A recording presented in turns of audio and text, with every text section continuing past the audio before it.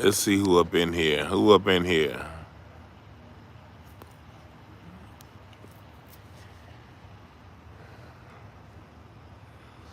Who's up in this motherfucker? Welcome, welcome, welcome.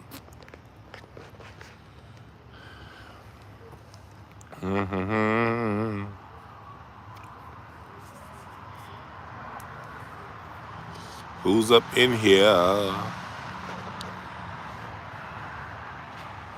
Random Q&A time. What up, Josh Hawkins? What's up, Terrell Bryan? What's up, Quanez?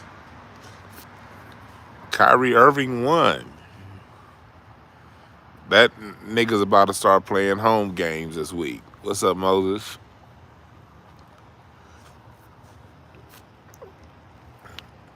I be thinking, see, this is. I get maybe this is me growing up in church. I be thinking everybody named Moses is like at least 40 years old or older. Like everybody named Moses was born 40 years old. I don't know if it's because he walked the wilderness for 40 years or I don't know. But every time I see somebody named Moses, that nigga got gray hair. I don't care if he's 11 years old. Every nigga named Moses had started getting gray hair by the time he was 9. Ain't no new Moseses. It's real. I'm gonna start up Mixcloud again on Friday night. I haven't done any Mixcloud sessions in 2 weeks. I've been busy as hell, but I'm gonna start back up on Incense and Ashtrays this coming Friday, somewhere between 7 and 8 at night. This Friday I'll be back on Incense and Ashtrays. FC Moses, you my age. You 40? Yeah, you 40. Yeah. See? Moses. I told you Moses was 40. His name was, before he turned 40, his name was Daryl or some shit like that. Last year, his name was, was Trent or some shit like that. His name changed to Moses on his 40th birthday.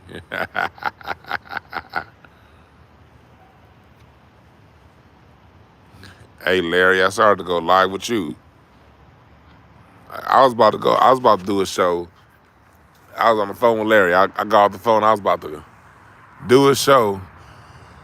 Then I saw Tariq was live. I was like, I ain't gonna go live now. That's why I didn't go live earlier. I'm glad I didn't, because there's some other shit.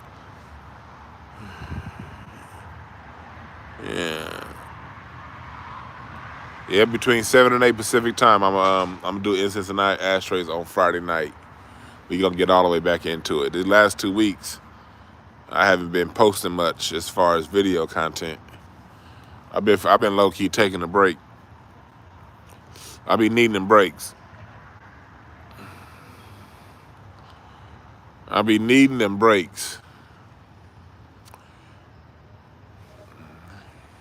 But I do want to post on here more.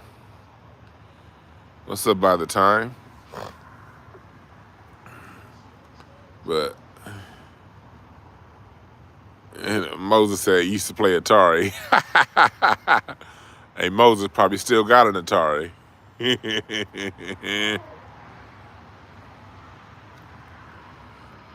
Yeah, Ketanji Jackson, she ain't shit. Ketanji Jackson look like Kanisha mama on Lean On Me. Don't she? I loves her more than I loves myself.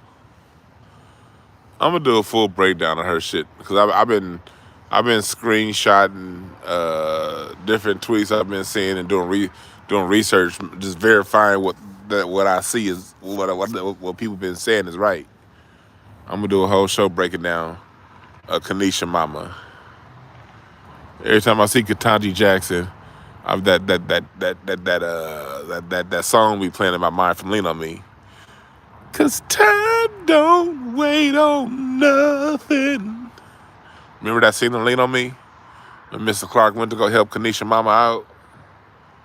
And she was like, "You think I'd get rid of my daughter, Kanisha? I loves her." Oh, man. Get your shit. I'm waiting for Mr. Clark to come walking in. You was always part of the meets when we was.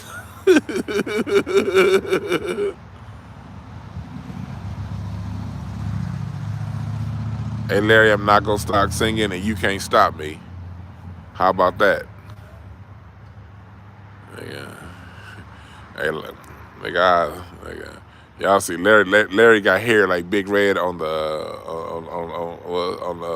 5 Heartbeats. I'll slap Larry around and his hair be frolicking and flumbling around like on that scene with Big Red when he was getting his ass whooped. No, when he's beating up dude from the Flames and his hair was getting tossed around. That's how Larry's hair get tossed around when I knock that nigga out. What's up, Smoke Splitter? What's up, Bruce? Yeah, but this new Supreme Court chick, she looked just like Kanisha Mama on Lean on Me. That's why I don't trust her. But yeah.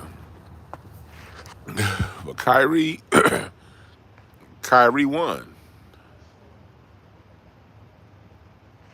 Kyrie won. What did I say on my show? I did like 2 or 3 breakdown shows. I've been following this whole Kyrie Irving situation from the moment it started. And what have I been saying since the moment it started? I said Kyrie Irving will be back playing before the playoffs start, didn't I? News got announced today that Kyrie Irving can start back playing, I think, on Sunday. Verbal Ascension. Yeah, Black Santa, he's supposed to be, yes.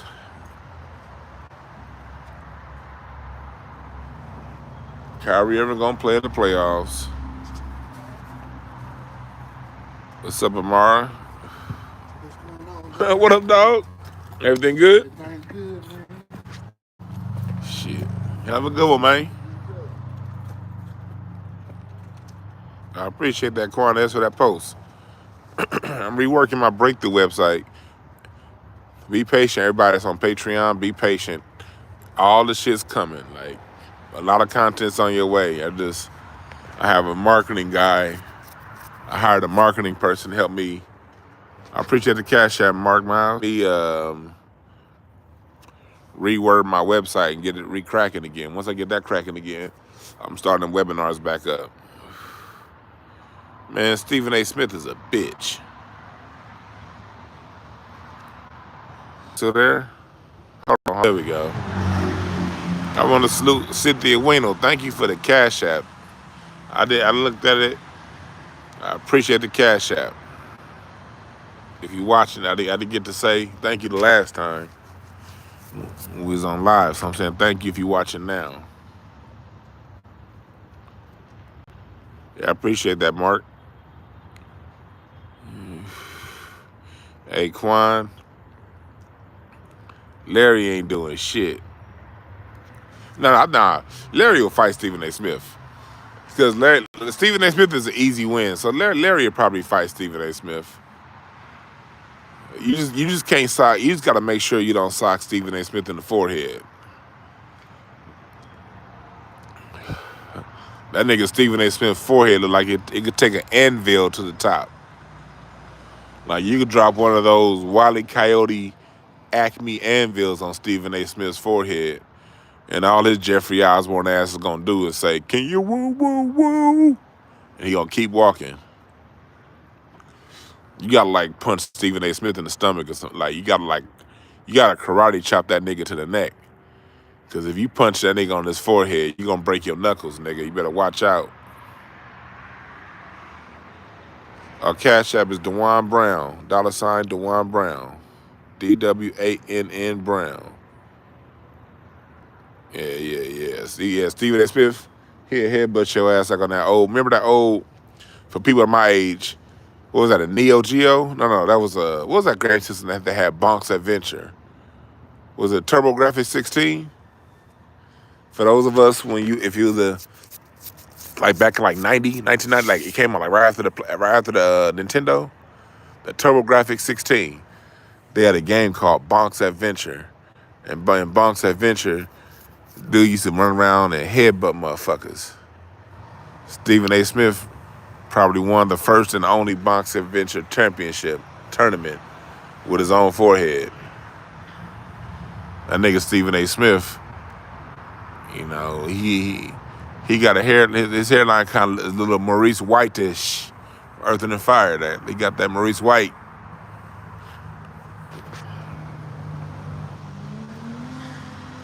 Yeah, Breeze Omega, you remember Bonk's Adventure?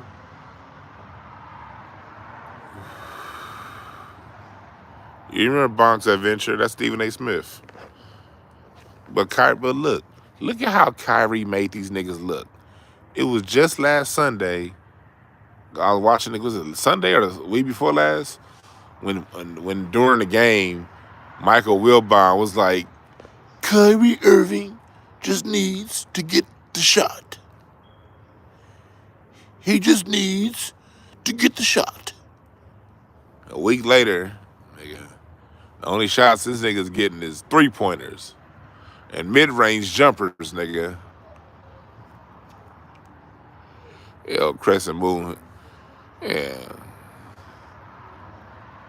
Them motherfucker, you saw all year them buck dancing niggas on ESPN and Fox Sports can't wait to down a black man and give white opinions in a black face. What them niggas gonna say now? Not that it matters what they say, but it's funny to watch them say it. Kyrie Irving was a man. Stood on his own. You saw what Wilbon did? Wilbon mocked Kyrie Irving for having a father. No, or was that Stephen A. Smith? Y'all saw the clip I posted on the show last week. This motherfucker, Stephen A. Smith was like, you walking over with your dad. As if a man doing something with his father is a bad thing. That's a good thing. E, first one upstairs. Yeah.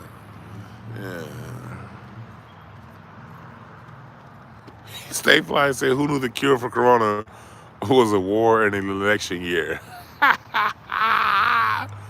That's real talk. They ain't saying shit about that virus now.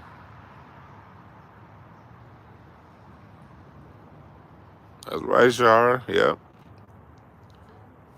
They ain't saying shit about that sorry ass shot now. And here in LA, they took off the mandate. Actually, starting April 1st, the mandate for indoor arenas is leaving. But here's a cold, sick part about that. They already got rid of the mandate for outdoor venues here in LA. They're starting to get now for indoor venues. Hey, have a good one. But the funny part about it is a lot of stuff in LA in the summertime goes outdoors. There's some indoor venues that shut down. For instance, the Walt Disney Concert Hall. That's part of the LA Philharmonic Association. They work in tandem with the Hollywood Bowl. They last show at the Walt Disney Concert, because I missed 2 shows this year at the Walt Disney Concert Hall because I didn't have a vaccine card. Robert Glasper doing Duke Ellington, which I'm so mad I missed that, to hear Robert Glasper conduct a Duke Ellington sound. That would have been amazing to listen to live. And I missed another show with Herbie Hancock because I had that sorry ass card. But the Hollywood Bowl's about to open up now. So it's like when it comes like to LA County, it's like a lot of like the Lakers season is coming to an end. Like the outdoor in LA, the outdoor venues is what be cracking in the summertime. The parks, like concert festivals in the parks and the Hollywood Bowl. Like, man, y'all gonna open this shit up when all the outdoor stuff is opening anyway, man? Fuck y'all. Bastards.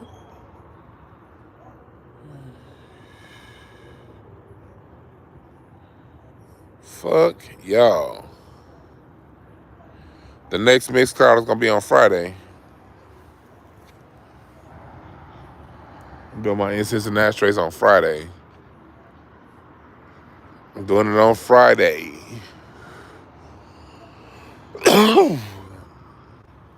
I miss my music, but I had so much shit going on.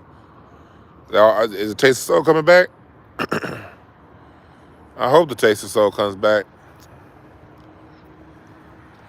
Somebody told me my episode of, I was on Fox Soul. I did the Tammy Mack show. I ain't seen it yet. I got some people on Twitter hitting me up, thanking me for speaking up for black women. So if y'all got the Fox Soul app, if y'all watch the Tammy Mack show, if y'all into the blue check Twitter thing, go to my episode on the Tammy Mack show on Fox Soul and watch me talk my shit to them blue checks. Well, it wasn't a blue checks. It was some chick who was like a doctor who wrote a book on interracial relationships. I was making her ass roll her eyes the whole show. Oh my God, man. I got to talking shit about Kamala Harris because the subject was interracial marriage. Man, I talked about how like interracial marriage don't mean nothing. Kamala Harris got an interracial marriage, but she still legislate white. Man, fuck out my face with that shit. What's up, DeCarlo? What's up, Kobe? I'm be at that Corey Henry concert too. Hey, what's up, kid? You good? Yeah, I'm gonna be at that Corey Henry concert too at the Fonda. Nigga, I'm gonna be at that show. Corey Henry is great live. The panel, the panel on Fox Soul, it was a chick that was she had a show. Her name was Hotep something. I forgot her name. She was cool. And then it was a doctor. It was a lady. It was like an older black lady. She probably was one of those sorority chicks. Looking at her, she looked like an old Delta. And she wrote a book on interracial marriage and how good interracial marriage is. And then the host, Tammy Mack. And I think it was then there was this one chick that was like biracial. I gotta go back and watch it. Because I forgot. I was just like, man, because they tried to pay me in the corner because I was telling them how, I was like, look, I had swirling all throughout my family. My family came back, and I tell people all the time because I don't like having secrets. Somebody gonna look this shit up anyway, so why not tell it? And at the end of the day, if people know a little extra about me, so you can't hurt me, nigga. Oh, somebody know something about my family. Ooh, wee. You ain't gonna do nothing, and you can't hurt me, so why not tell it? I was like, I ain't telling no secrets and no shit like that, but. So yeah, I got white all throughout my lineage here in America. Starting in 1660 from Middle Essex, England, nigga. I got white all in my family. In the 1700s, I got interracial marriages from the Roberts and the Schaeffers. The Hoggets and the Schaeffers started intermarrying they started marrying in the 1800s. In the 1700s, the Roberts married the Dickinsons. That was a white and a black. Nigga, I got all that shit. So Tammy Mack the host, and she's nice. She was nice. She was super nice. She was trying to get me caught up. She was like, "So Dwan, how can interracial marriage be so bad if you are descended from interracial marriage?" I said, "Because black people don't do this shit responsibly anymore." I said, "Because black people, when they marry interracially, they think they solved all of racism. They can't keep that shit to just their family." Y'all know how that shit is with these interracial marriages. Interracial marriages. I think that's what I'm doing on my next show. I think I'm gonna break down the episode of Foxhole that I did on my next show. I think that's what I'm gonna do. Whenever they or whenever they're gonna email me the full copy. Whenever they email me the copy, I'm gonna break that show down on my show.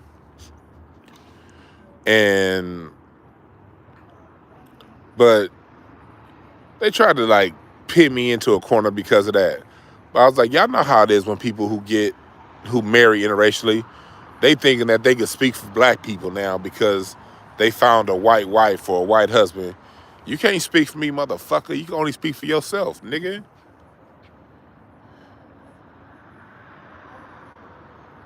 Yeah, I think y'all see when y'all see my episode. Nigga said tea and crumpets ass niggas. Yeah. Now there may have been rape in the family in certain lines. There may have. No. I got some interracial marriages, not rape. Like I got a wing in my family that was never enslaved, and them niggas was. It seemed like every third generation would marry a white person. Like, god damn. I'm like, you niggas in the Roberts line. God damn.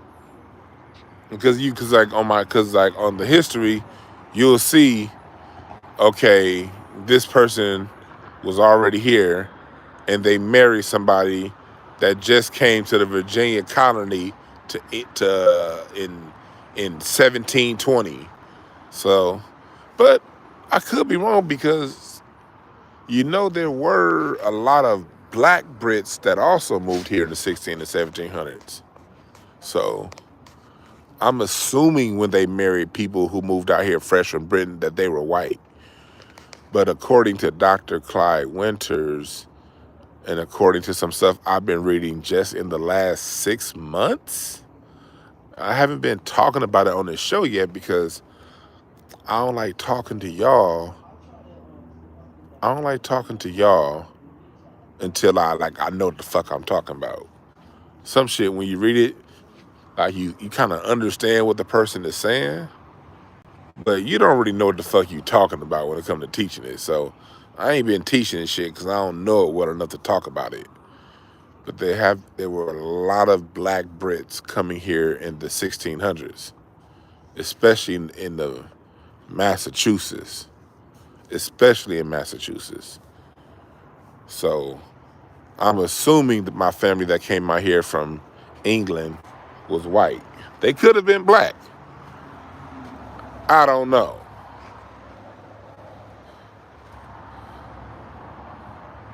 You say you just got broke up with? What'd you do? Who broke up with you? Are you a man or a woman that got broke up? Who dumped you? No disrespect to the same-sex couples, but I don't know. I've never counseled a same-sex couple, and I'm not sure I know how to counsel a same-sex couple because I'd probably be laughing too much when y'all talk. And not in a disrespectful way, but I think if I counsel a same-sex couple, I respect it. Like I have if people want to be with somebody same sex, I don't give a fuck. I ain't one to judge. But then if two women were talking about and they were arguing and being passive aggressive, I literally sit there and be like, well, what the fuck do you expect? You with another woman. That's kind of how y'all get down. Now, if a woman's with a man and the man's being passive aggressive, I can help that man, you know, change his style up, change his style of communication more in alignment with masculine style communication. If it's a woman, I can help her with her communication and her communication fall in a feminine style of communication. Mind you, one is not greater than the other. Masculine is not greater than feminine. Feminine is not greater than masculine. They're the same. They're equals. They're two opposites of, they're two halves of one whole. I don't play that hierarchy shit. But in my relationship counseling, I can do that. If it's two men and two women, and I help y'all both communicate like women, then it's still not going to be a resolution to this problem, because you're going to be confronting an issue because you're too much of the same style person or whatever. So I'd probably be laughing the whole session in my mind, trying to figure out what the fuck how am I going to help these people? And then I'm going to be thinking, when y'all done arguing, do y'all lick each other pussy? I'm sorry. I'm sorry.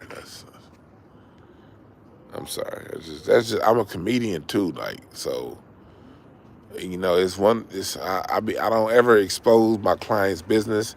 Y'all know y'all been listening to me for, I don't know how long y'all been listening to me, but you guys have never heard a story about what I do in my private practice. You've never heard that story, because I don't expose client business at all. It's too much real shit to be talking about to be gossiping and talking about somebody's business. Furthermore, that'd be a HIPAA violation. Nigga, I ain't got no, nigga, I lose my fucking, I lose my whole livelihood if I talked about client business on here. But that's just a thought of mine. I be thinking of this shit.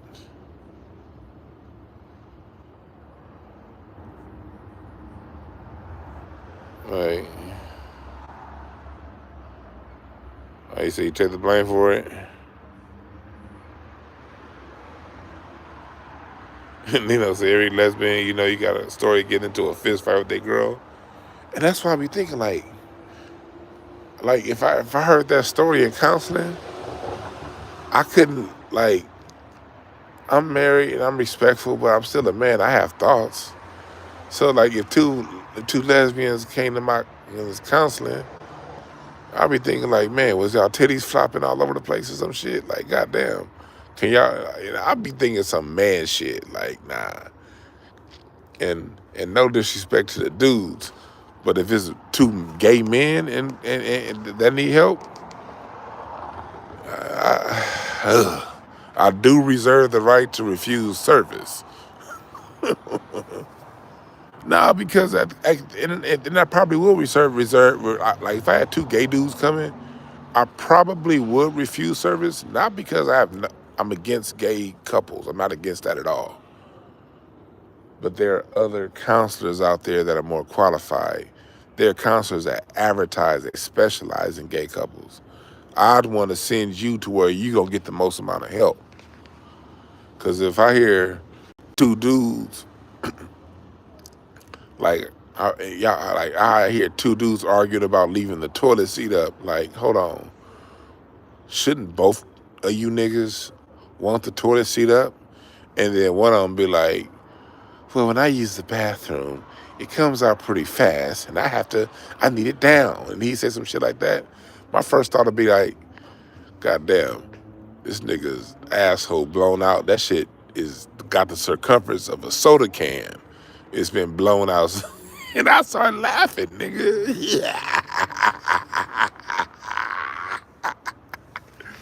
I probably shouldn't be saying this shit. I probably shouldn't be saying this. I'm gonna get canceled.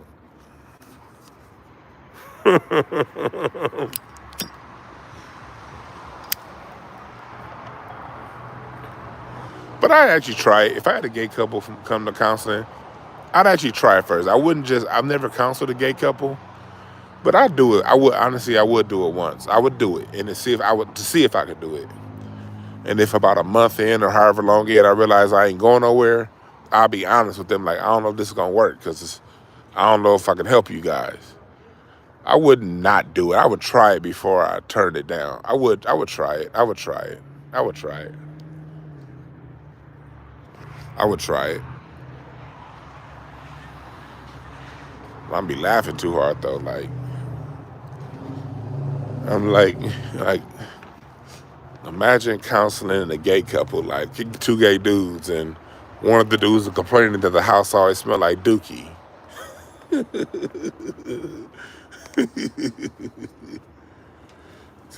It's always, you out? I mean, have a good one. Because, you know, one of the dudes is more of a prissy sissy, and he wanted to smell good, and the other dude is more of a manly sissy, so he don't give a fuck.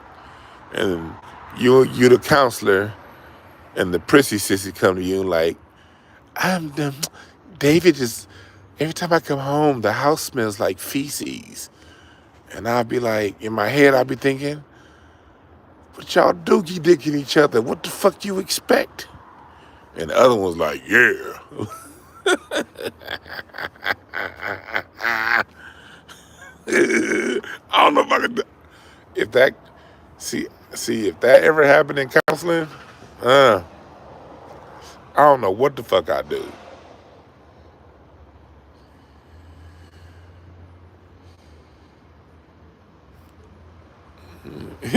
Quan, you said you went to a gay wedding? It was a work thing? What was going on in your mind while you were sitting at that wedding? Cause I'd have been. I know some a gay couple now. They engage, and I know if they ever, whenever they set a wedding date, they're gonna invite me. I know they're gonna invite me. No, they ain't gonna invite me. They're gonna invite my wife. That's what's gonna happen. See, they invite me. My wife ain't never gonna know that wedding came. But this motherfucker's gonna invite my wife. Cause we know it's the same person. Like, this is a mutual friend that we know.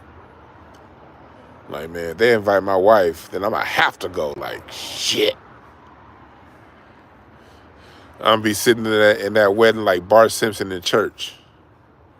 Y'all remember how Bart Simpson used to be sitting in church on The Simpsons? I'm gonna be sitting in that wedding like that. Like, damn. I'm gonna be sitting in that wedding like, see, luckily for me, I got an outlet. I could always text Larry, and I could always text my sister. Like, if I need to laugh at some shit in front of me, if there's some shit going on in front of me and I can't, I could text Larry, I could text my homeboy Reggie, and I could text my sister. And that's what I'd be doing that whole fucking wedding. I'd be texting Reggie, Larry, and my sister.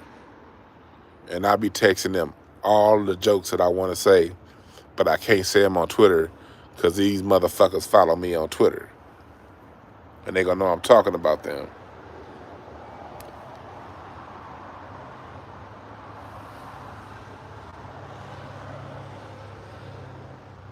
Yeah. I might have, man. I hope they don't get married.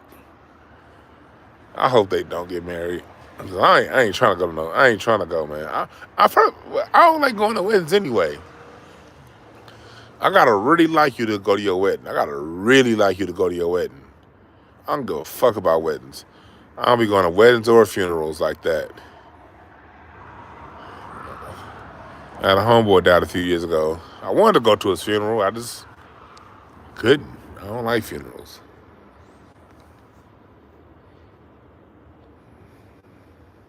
He said do a YouTube live. He said, get it, girl, trying to get me in trouble.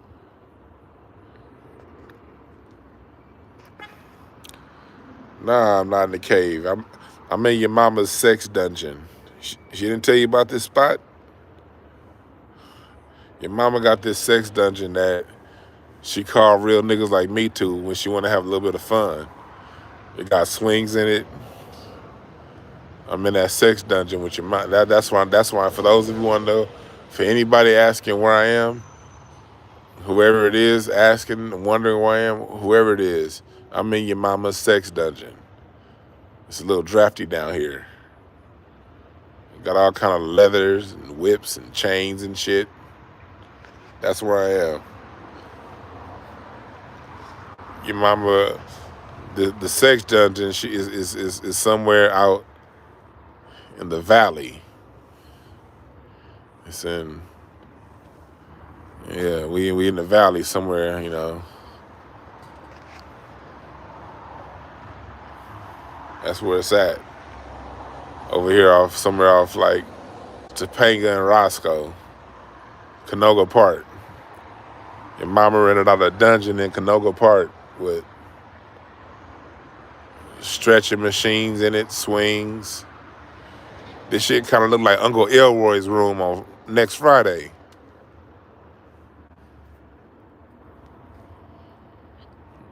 They filmed Real Sex season 6 in this motherfucker. That's where I'm at. Y'all remember Real Sex? I don't know. I was a horny ass little ass kid. Not a little ass kid. I was 10, 11. We had HBO. Nigga, we used to wait up, me and my brother. My parents worked a lot, so my parents was always in bed by like 10 o'clock, 11 o'clock, even on Friday. Then Real Sex would come on. Then my brother, he would make me play lookout down the hall to make sure my parents ain't coming while we get to see titties at night. Because back in 1991, seeing a titty was a special event. It wasn't like the internet right now where you could just Google titty and 10,000 of them hoes pop up. Back in the 90s, you had to wait till after 11 o'clock on HBO or Cinemax or Showtime. But my parents only paid for HBO. They wouldn't buy out on premium channels. They only had HBO. We didn't get the Cinemax. And then they never showed titties on Sunday night. You remember that? Y'all remember that? They didn't play none of them titties showing soft porns on Sunday night. You had to wait till like, sometime on a Wednesday you get it, but really Thursday through Saturday. And then you be flipping through the TV Guide channel looking for a rated R. You looking for that rated R, like, and then like, oh, it have nudity? Oh yeah, we gonna watch this. And you watch a movie for like, you be watching a movie for like 30 minutes to wait for the titty scene when you're a 9-year-old boy, when you're an 11-year-old boy with HBO. And then was the days. These kids don't understand the struggle. These kids do not understand the struggle. I couldn't buy no Playboy. My dad ran that house right and tight. If I bought a Playboy magazine and brought that shit home, my mama would have found that. I think Jesus would have, like, my mom was like, she was highly instinct. I used to think my mom used to have like a direct like line with Jesus. Every time I tried to fuck up, she'd be right there. So I always figured if I brought a Playboy to the house, nigga, Jesus would be like, Rhonda, that nigga's Playboy is under his mattress. So I was scared to bring a Playboy in the house. Plus, at 12 years old, I wasn't about to spend my money on no goddamn Playboy at 12. I was buying remote control cars with my money. I wasn't about to do that shit. So I had to wait for the free titties on HBO.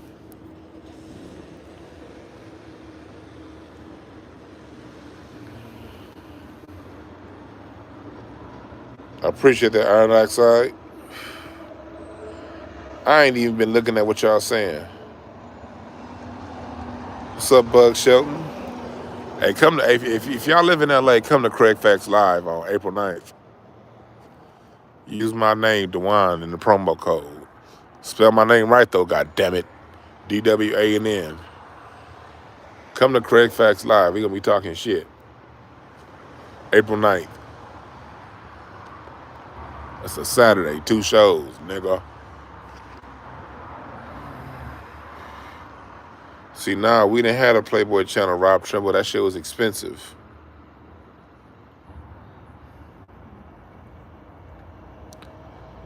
We did not have, oh yeah, hell yeah. That Playboy channel free preview? Yep. Nigga, me and my brother, we was on that. When they had that Playboy Channel free preview, shit. I remember one weekend, my parents used to leave us and go to Vegas.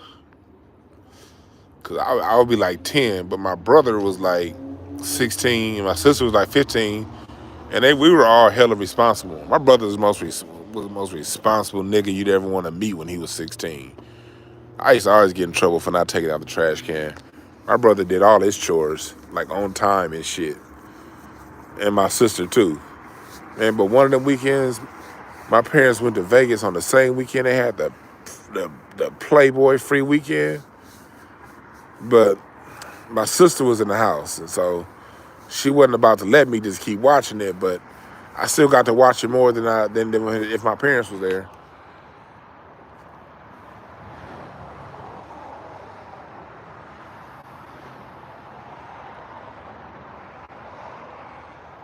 Nigga Bug said, you say your dad found you a pound of weed? The fuck you doing with a pound of weed, nigga, when you was a kid? Bug Shelton didn't say my dad found my gram or my eighth, a reasonable amount of weed to have. He said his dad found a pound of weed. Your dad should have pounded on your ass if you had a pound of weed in his house. You trying to get the whole house robbed, thrown in jail. Come on, Bug Shelton. A pound of weed, brother? God damn. Bug Shelton was selling to his teachers, got a pound of weed, nigga. This nigga was selling weed to the clergy at church. Bug Shelton was 15, and he was his church deacon's weed man.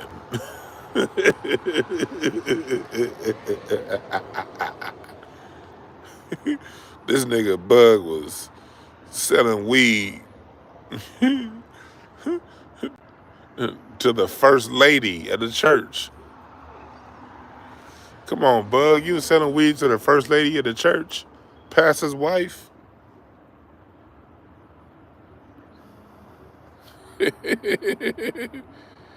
He said selling to the school janitor. God damn, that nigga said he had a pound of weed. Nigga, I'm impressed. Our cartoons, you was on the spoiled kids. Nigga, your dad worked for the cable company?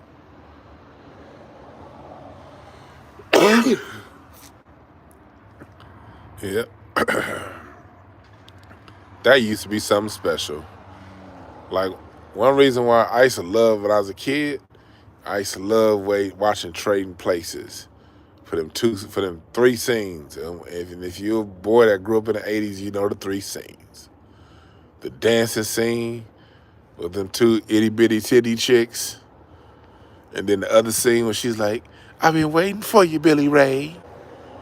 And then a scene when Jamie Lee Curtis take her hermaphrodite titties out. And nigga, when you was a kid in the 80s watching that shit, those are the greatest scenes in movie history at that age.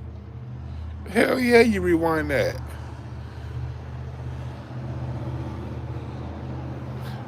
Nigga, that was childhood right there. And titty scenes on Trading Places.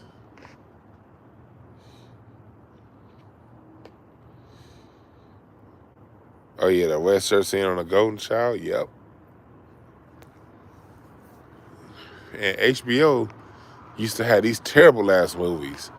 But you knew the whole movie, it wouldn't be necessarily soft porn, but kinda. But it'd just be a whole bunch of titties popping out randomly. It was this one movie that's come on HBO called Summer Job. Anytime me and my brother saw that shit come on the TV Guide channel, we'd be like, oh, hell yeah. The movie is about a whole bunch of white kids, white people. I guess they were on like in college or whatever, and they had a summer job. The movie was something like that, but all I remember was the whole movie, these white titties that pop out the whole goddamn movie. We'd be like, yes! Nigga, too young to even know what to do. But just Yes. Niggas was happy as hell to see them pink nipples. You don't know no better when you 10. You just see a titty. You don't care if it's a pink nipple, a brown nipple, a black nipple, a big nipple, little nipple. Nigga, you get to see one.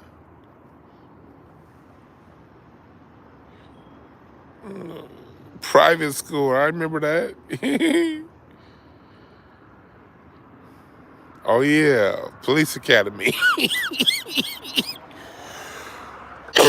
Yeah, that scene on Police Academy when she, I still love Police Academy. Look, don't get it twisted, nigga. I got Police Academy and Naked Gun on DVD, and I'll pop them hoes in any minute now, any day, especially Police Academy. Police Academy 1 through 5. I don't care about Mission to Moscow or 6, but Police Academy 1 through 5. Citizens on Patrol was number 4, nigga. Move it, move it, move it. That was my shit, nigga. All right, wonder who was the better villain cop? Is it Harris or Mauser? Who was better, Harris or Mauser? Harris was in 1, 4, and 5. Mauser was in 2 and 3. Mauser was the one he had the wig on, like in Police Academy 3, because he super glued his hands to his hair. And Harris was the one that'd be like, move it, move it, move it. See, I like Harris. Mauser was funny. I always thought Harris was funnier. But when he pulled that nigga Mauser's eyebrows off, nigga. Hey, don't get it twisted, man. The 80s were corny as fuck, but the 80s had the best comedies. Period. Point blank. Matter of fact, I'm actually putting the show together, and I might have to put most of it on Patreon because I'm gonna actually use movie clips. I'm putting something together celebrating Eddie Murphy. We gotta celebrate our legends while they living, man. Give them their flowers.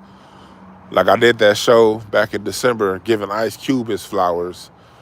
My next person I'm giving they flowers to while they alive is Eddie Murphy, nigga. People don't understand how down for the culture Eddie Murphy was in his prime. And still is. Like, we don't understand. Nino Black was born in 91? Okay. See, yeah, like, Eddie Murphy was so down for the culture. Eddie, go back and look at his movies. Look at what he did when he had control. He started getting control of his films, starting with Harlem Nights. And Coming to America, Harlem Nights, The Clumps, Boomerang, Distinguished Gentleman. And notice something. Google The Distinguished Gentleman. You cannot, that movie's not streaming anywhere. Like 6 months ago, I had to buy the DVD. I bought the DVD to Distinguished Gentleman because it's not streaming anywhere. You want to know why The Distinguished Gentleman isn't streaming anywhere? It's because the movie was too real. You got to get the DVD of Distinguished Gentleman. Now, I think they sabotaged that movie because Eddie Murphy looked like he was ready to jump in a casket with that makeup. The makeup in that movie was horrible. Them niggas look like the makeup designer was Angela's funeral home on Crenshaw. But you gotta look at the message of that movie. They telling you how Congress works and the Senate, and how basically whatever position you want to stand on, there's money in that position. Whether you're a Democrat or a Republican, everybody work the same. And so whether you're pro-abortion, you can get some money, or whether you're anti-abortion, you can get some money. Whatever stance a congressperson takes depends on the money that they're given. And that movie was a comical breakdown of how that works. So that's why you're not going to find that motherfucker streaming. You can only get the DVD, so I recommend you order the DVD now before they take that motherfucker off. And if you want to understand how Congress and the Senate works, you can either take a political science class or you can watch The Distinguished Gentleman and you can get a comedic breakdown of what they would tell you in any political science class. Then you see how he was on Boomerang. Boomerang, the black people. It was a black movie. Of course there was drama because life is drama no matter what race or economic class you are. There's going to be drama in life. But it was a love story, a story about a love triangle. Everyone had dignity, class, and respect. Nobody was struggling. You look at Harlem Nights. They not only outwit the white people, they make the white people look silly, and they get away clean. Contrast that with the movie Dead Presidents. Dead Presidents was a great movie, but at the end of the movie, all them niggas died. And that's generally what they do with our movies. We don't ever get to win at the end. You watch Eddie Murphy movie, the black people win in the end. Coming to America, the only white people was Louis Anderson and that cab driver that said, "Fuck you." Everyone had dignity, class, and respect. You look at Life. Life was a movie about prison, but he humanized the prisoners. They weren't like total degenerates. The prisoners were still men. Tell me the last time you seen any of that in TV in the last 20 years or movies. Tell me where any of that's been in any movie in the last 20 years. So we got to give Eddie Murphy his flowers while he can hear us, while he alive. We got to put that man in the highest level of respect and esteem. At the highest level. And say thank you. We as a people got to get in the habit of thanking the people who are alive. Because if we as adults start doing that, what's the side effect? The side effect is the children see the adults doing that. And when the children see the adults that they love and respect giving praise for those who do right by us, that influences to the child to do right by us. Remember, humans learn best through suggestion. Most of what we know wasn't taught to us directly. It was patterns we developed and learned through suggestion. My dad never had to tell me to get up and work every day because I saw him do it. The media don't tell you that black people are bad. You'll never hear CNN, MSNBC, Fox News. You'll never hear them say black people are bad. You'll never hear them overtly say anything bad about black people. But what you will see is a bunch of negative stories about black people, stories of black people in compromising positions. So you're learning through suggestion that black people are powerless, have no will, have no culture, and aren't good people. No one ever has to tell you that, but a constant barrage of suggestion implants in your mind, and if you don't check your mind, you start living that reality through suggestion. Well, we as adults can do the same thing in the opposite direction. And we value ourselves and we honor those who have shown true value to us. That means we're showing through suggestion a generation of children what we value. And they'll pick up those traits and move on. That's how you help empower a generation.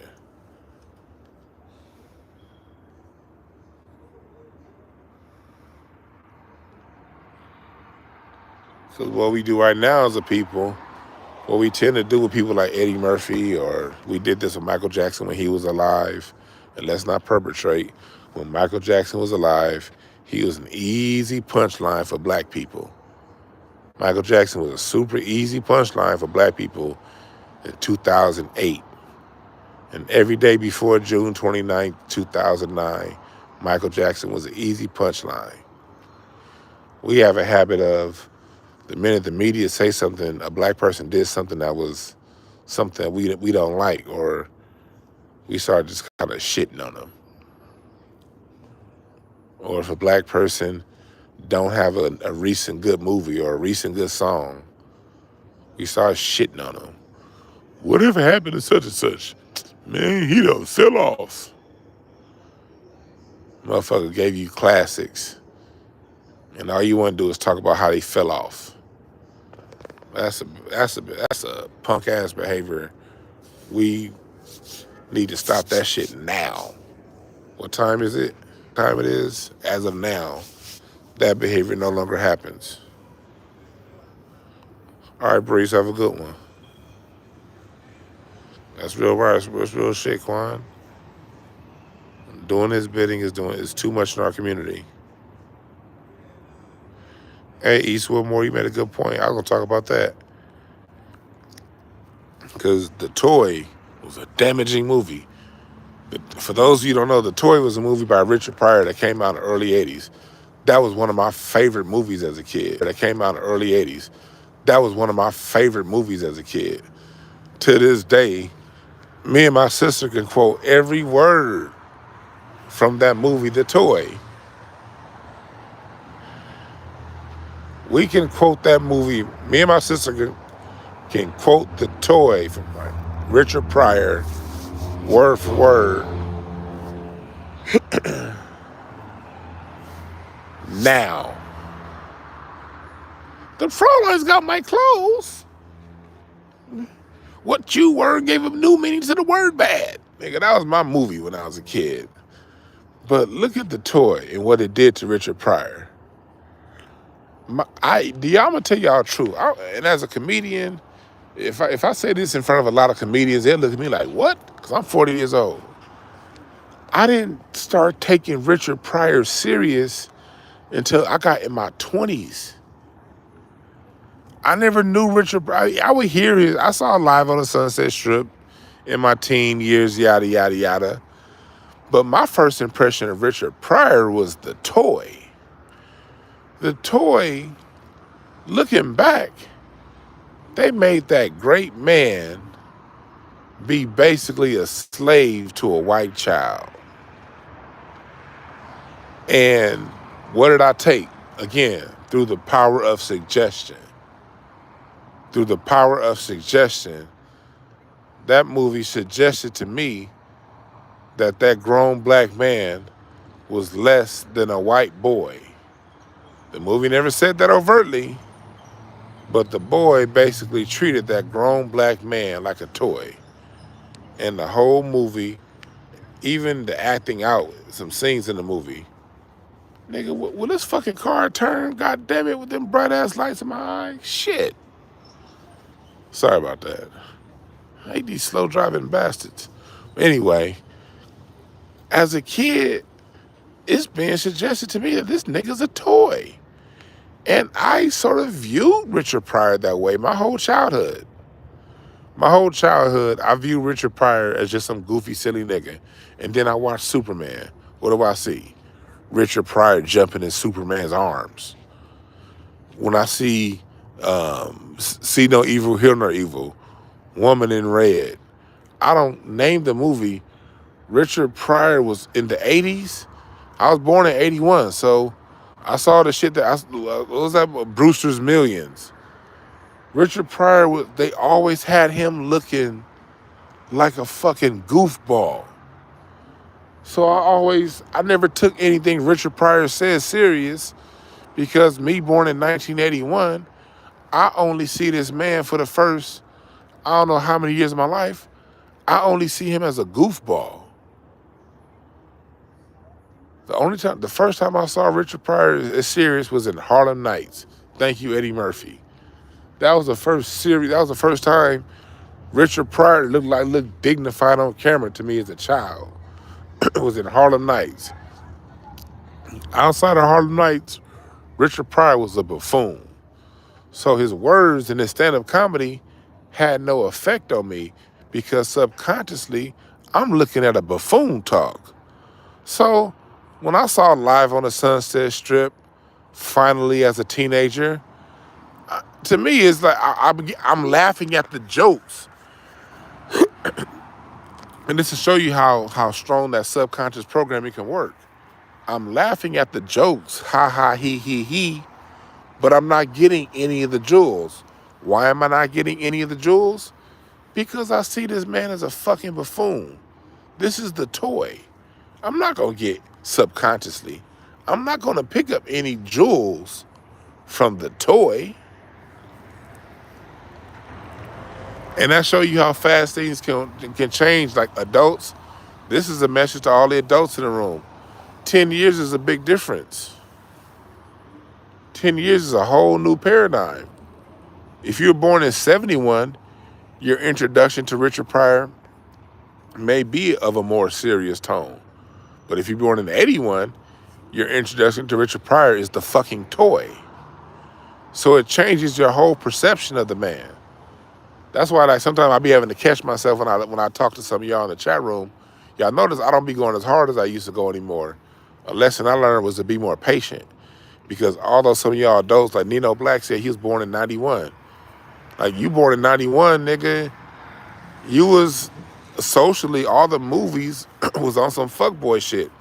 By the time you got to 2000, all the movies and the music was on some fuckboy shit.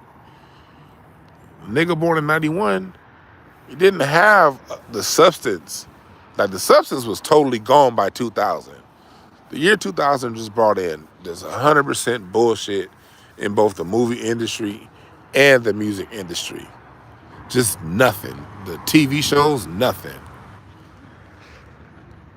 So, in just that fast, the whole world and perceptions of people in the world can change.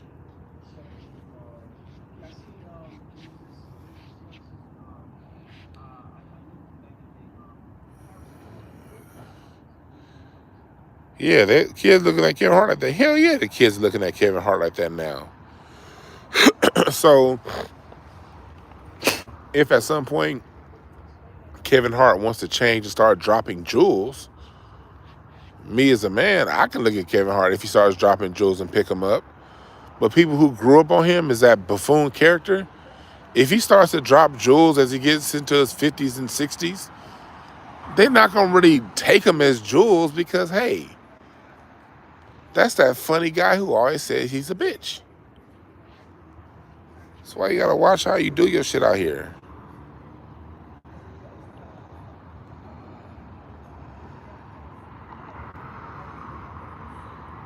You said the tourist shot in your hometown. What hometown is that?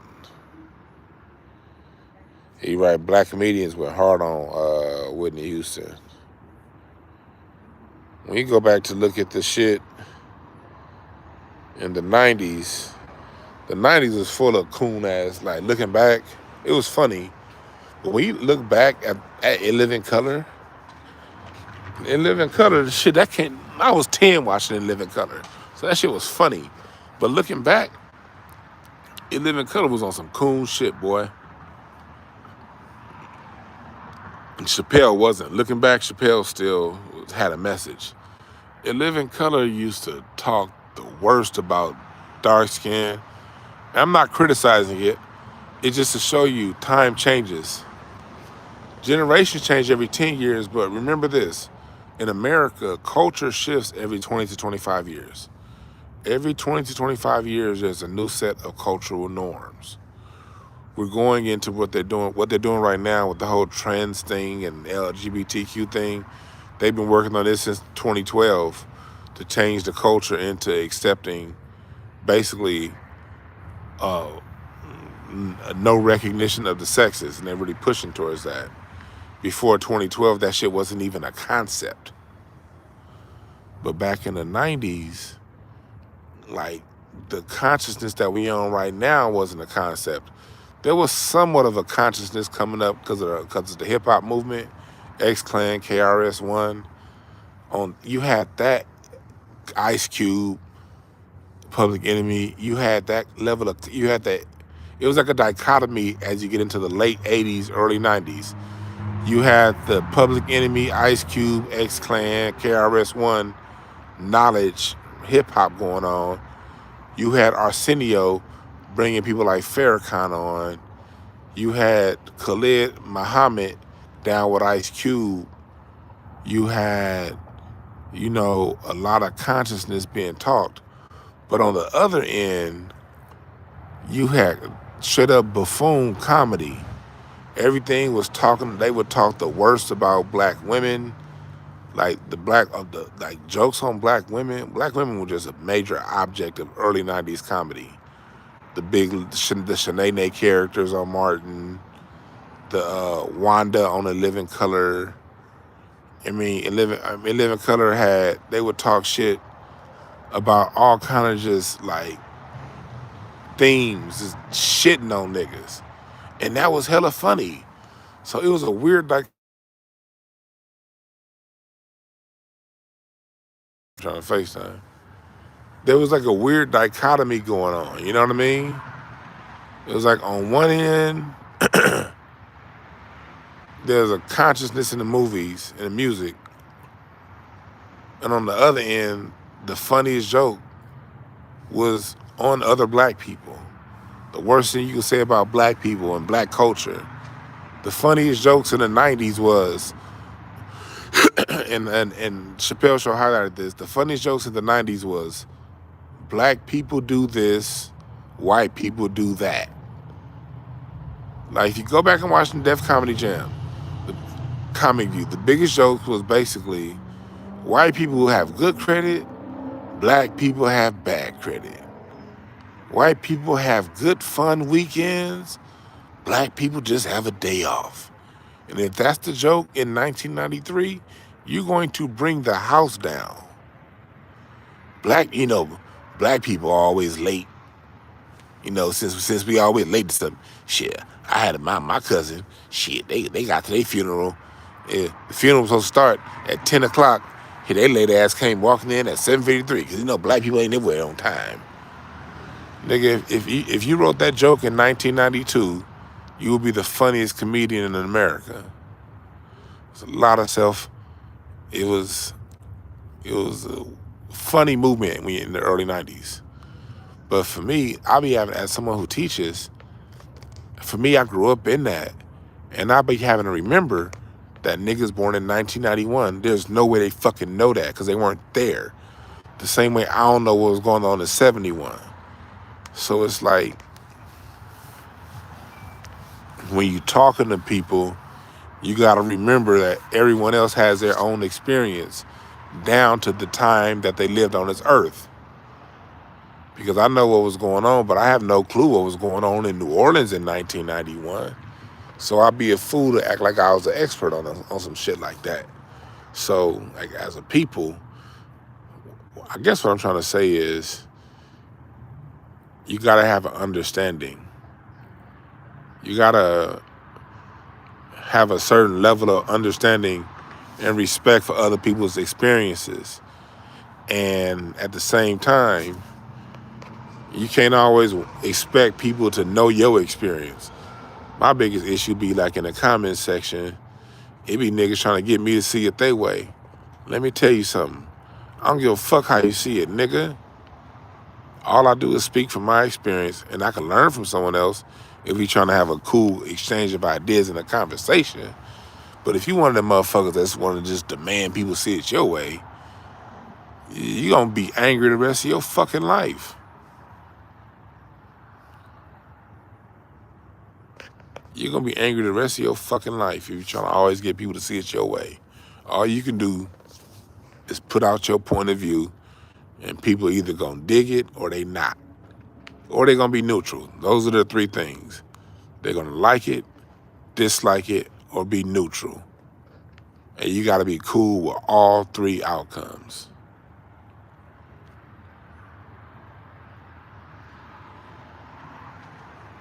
Yep, Dave Chappelle and Nutty Professor, he basically encapsulated the 90s comic in Nutty Professor. Women be shopping. Yeah. Yeah, man, so hell yeah, we sit on the porch. We as kids, that's one thing I miss. Get it, girl? Say, yeah, they doing hip hop country. You ain't up on game? Get it, girl? Yeah, they doing hip hop country. Country music be rapping. They be like, going down the house and I went to bed. I went to bed and I saw Fred. Fred came down and I saw Delilah. Delilah came down and it be some bullshit ass. Country is basically, and they be doing that shit like over a trap beat and an acoustic guitar. Watch, y'all gonna see my music tree. My music tree got country rap on there.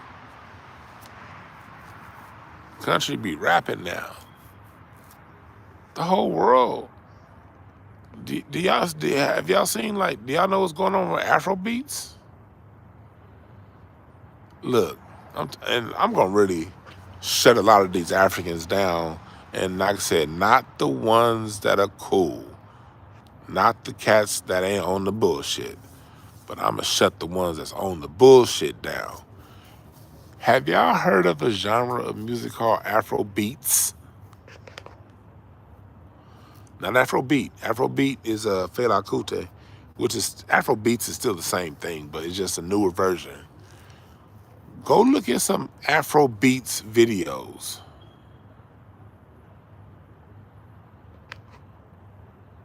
I'm from LA, but yeah, Gardena. Yeah, Gardena, LA, same thing. Well, that's what's up. That's what's up. But Afrobeats, look at their videos. They're not dressing and walking with African mannerisms. All these Afro beats videos, they walking like niggas, they dressing like niggas, they dancing like niggas, and I say foundational Black American videos, niggas. The videos are being edited like black videos. I mean, it's our whole culture with that same Afro beats groove.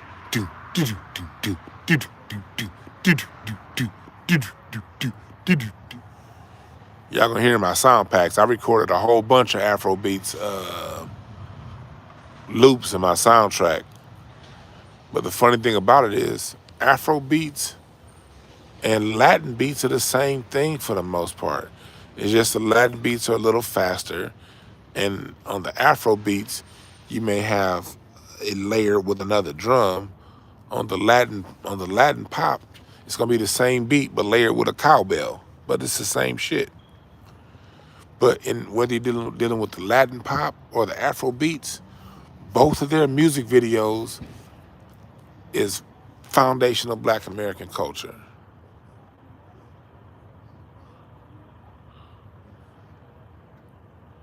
And it's the same thing going on right now with K-pop. That Asians, go look up a K-pop video. They speaking in Korean, but they have nothing but black mannerisms in their videos. Same thing with like they have certain K-pop that's in English. Like that shit's popular like in Japan and like Hong Kong. They have some of that shit in English. And the lyrics like talking about getting hated on.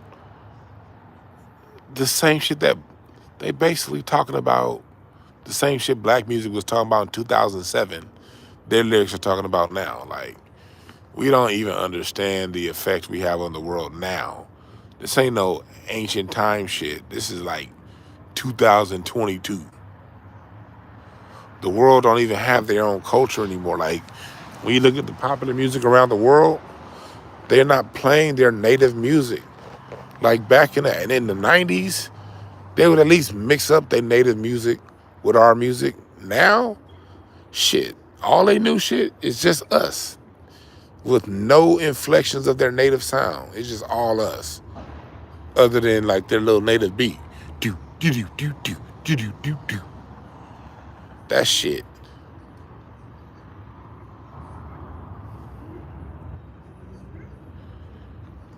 All right, Hard Tunes, my engineer just told me he finished my sound packs.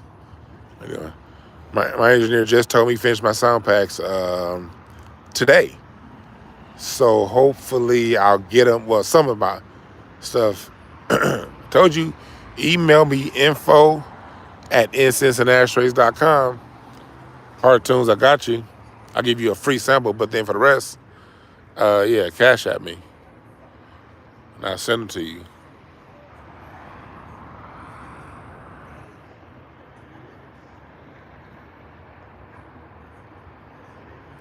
That's crazy, Quanez.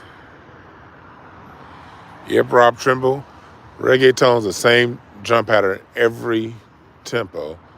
I recorded some reggaeton. It's funny, a little secret to my sauce.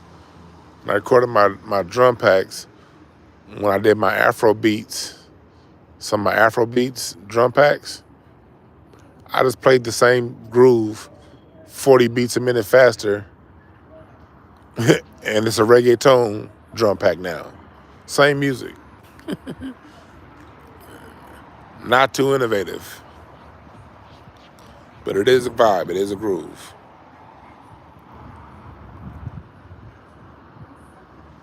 Yeah. Yeah, kids are thinking that Bruno Mars is the king of R&B, of course. Look, but think about it, it ain't no different. I grew up in the 80s. And it's funny how it don't take much time for, again, culture to shift. You know, my whole childhood in the 80s and into the early 90s, I figured the guitar was a white person's instrument, the lead guitar. It's like in the Michael Jackson concerts, he'd have that white chick playing the guitar, and all the TV commercials. Like, remember Back to the Future? It was that scene where basically he imitates Michael J. Fox imitates Chuck Berry and plays the guitar. Like in the 80s, the cool white kid always knew how to play the guitar in the 80s. Every 80s movie or TV show, the white kid would play the air guitar or the real guitar, and then like on like all the music, the lead guitar was like really heavy in rock and roll. Heavy rock was bigger than rap and R&B at the time. At the time, that's where that term "party like a rock star" comes from. In the 80s, rock was the biggest thing. See, for you young niggas, y'all see hip hop everywhere. It wasn't like that in the 80s. In the 80s, rock was everywhere. So I genuinely thought that the lead guitar was a white person instrument. I really thought that shit. And when you think about that, 1981 is just shit, a year removed, 2 years removed from the 70s.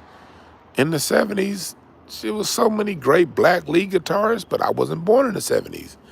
I didn't see Eddie Hazel. I didn't see, the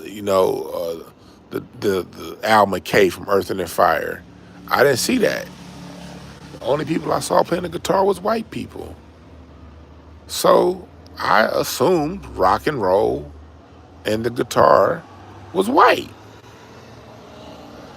So the same thing we see happening with the kids now with R&B, it happened to all of us in every generation. Think about it. I was talking to my sound engineer last week when we was recording my sound packs. He was there taking a meeting to record someone's music, and the person was like, we don't do hip hop. Just because he's black, they assumed he did hip hop. Nowadays, black people think that the only music we do is hip hop. That's why we got to be the ones that preserves it. That's why I'm doing my music family tree. We gotta play that shit in our household and teach it.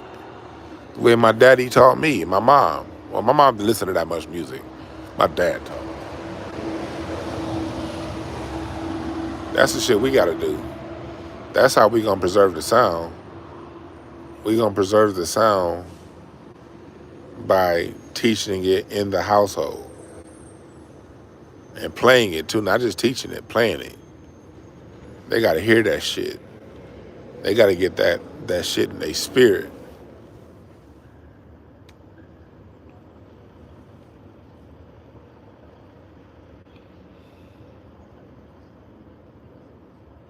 Yeah, you're right. They thought Elvis was the king of R&B.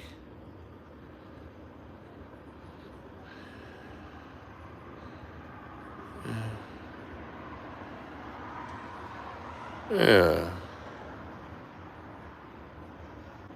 I saw George Clinton get a Parliament Funkadelic get a street named after them in Plainfield, New Jersey. That was dope. But what was even doper was Mike Hampton was there. Kid Funk. Man, I hope like hell Mike Hampton is back with Parliament Funkadelic. Because the last 4 times I saw Parliament Funkadelic live, Kid Funk, Mike Hampton wasn't there. And if Parliament Funkadelic's coming to your city, and if Mike Hampton's on guitar, and they play the Maggot Brain, nigga, I love when Parliament Funkadelic play the Maggot Brain. I did go one time and Blackbird McKnight was on guitar. That was special because Blackbird McKnight, even though he wasn't the original, he's been around the band for a long time, but I like when Kid Funk play the Maggot Brain. Nigga, so it was good seeing Kid Funk back with George Clinton. Hopefully he back with the band.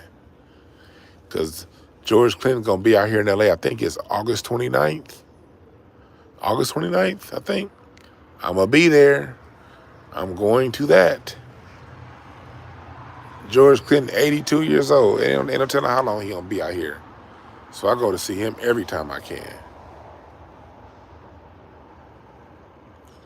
I appreciate that, Mav Davis. Yeah, I knew Prince. I was into Prince. Yeah, Prince played guitar. But Prince was one nigga playing the guitar. If you see one nigga doing something and 30,000 white boys doing something, you're going to assume it's white.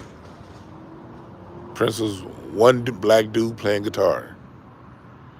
By the time the 80s came, they effectively took the guitar out of niggas' hands. You had Prince playing it, and that was it.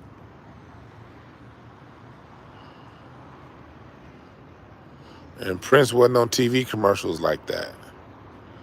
But you saw fucking Van Halen on every goddamn thing.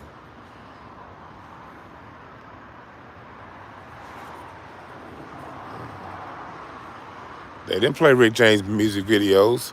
You heard Rick James. You didn't see Rick James. Rick James is the one that took that bullet, fought for black people to get put on MTV. Rick James is the reason why Michael Jackson and Prince got on MTV. But he never did. We never saw Rick James. We only heard Rick James.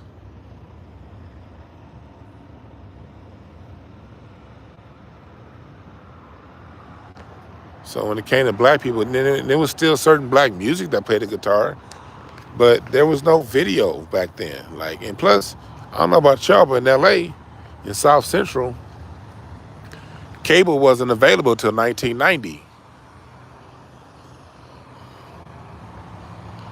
Now my wife, she lived up with the rich Negroes. They always had cable, but I lived in the hood.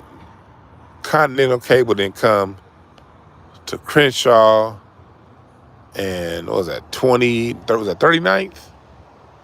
Crenshaw and 39th, that Continental cable? No, 28th. That shit came in 1990. So we didn't even have music videos. And then when we finally did get music videos, BET was playing Video Soul was adult contemporary. And adult contemporary didn't really have funk funk was for the most part phased out by 1990. So there were no even bands with guitars. that 90s adult 80s and 90s adult contemporary always had some dickhead with a shag haircut playing a saxophone though. That fucking 80s and 90s music was good for a fucking saxophone solo. Some dickhead with a shag playing like a quick 8-bar saxophone solo.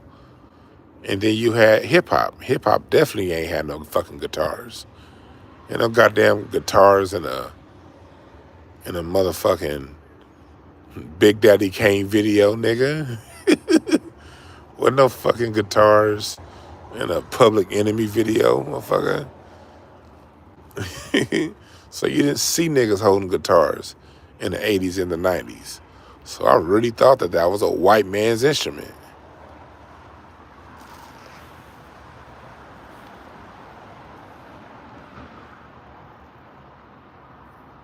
I remember Music Box.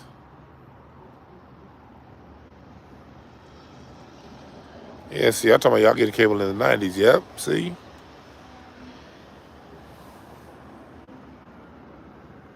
Oh, yeah, Party All the Time with Eddie Murphy.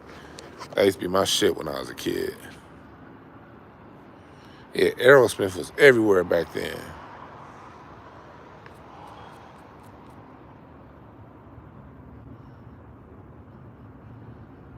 Hell yeah, I remember them CDs, them Columbia House CDs. For 99 cents, we'll send you 8 CDs, and then we'll send you 1 CD a month for $49 a year or some shit like that. But you never sent that check back in with that bill. You never sent in that check. But you got like 12 more CDs before they stopped sending them to you. I still got some of them CDs. That's how I got my first Jodeci. My sister had the account. That's how we got the Jodeci Stay CD. I'll never forget, like Jodeci, Color Me Bad, BBD. They all came like in the same shipment.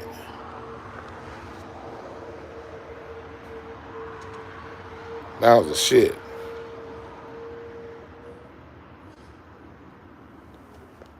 Like, it was a different time. It was a different time. It was a way different time. People don't understand how much the internet changed. And somebody, I forgot which one of y'all said it in the chat room last time. I forgot which one of y'all said it. But, nigga, the internet basically became the internet like in 05. The internet we know now, 08, 05, 08.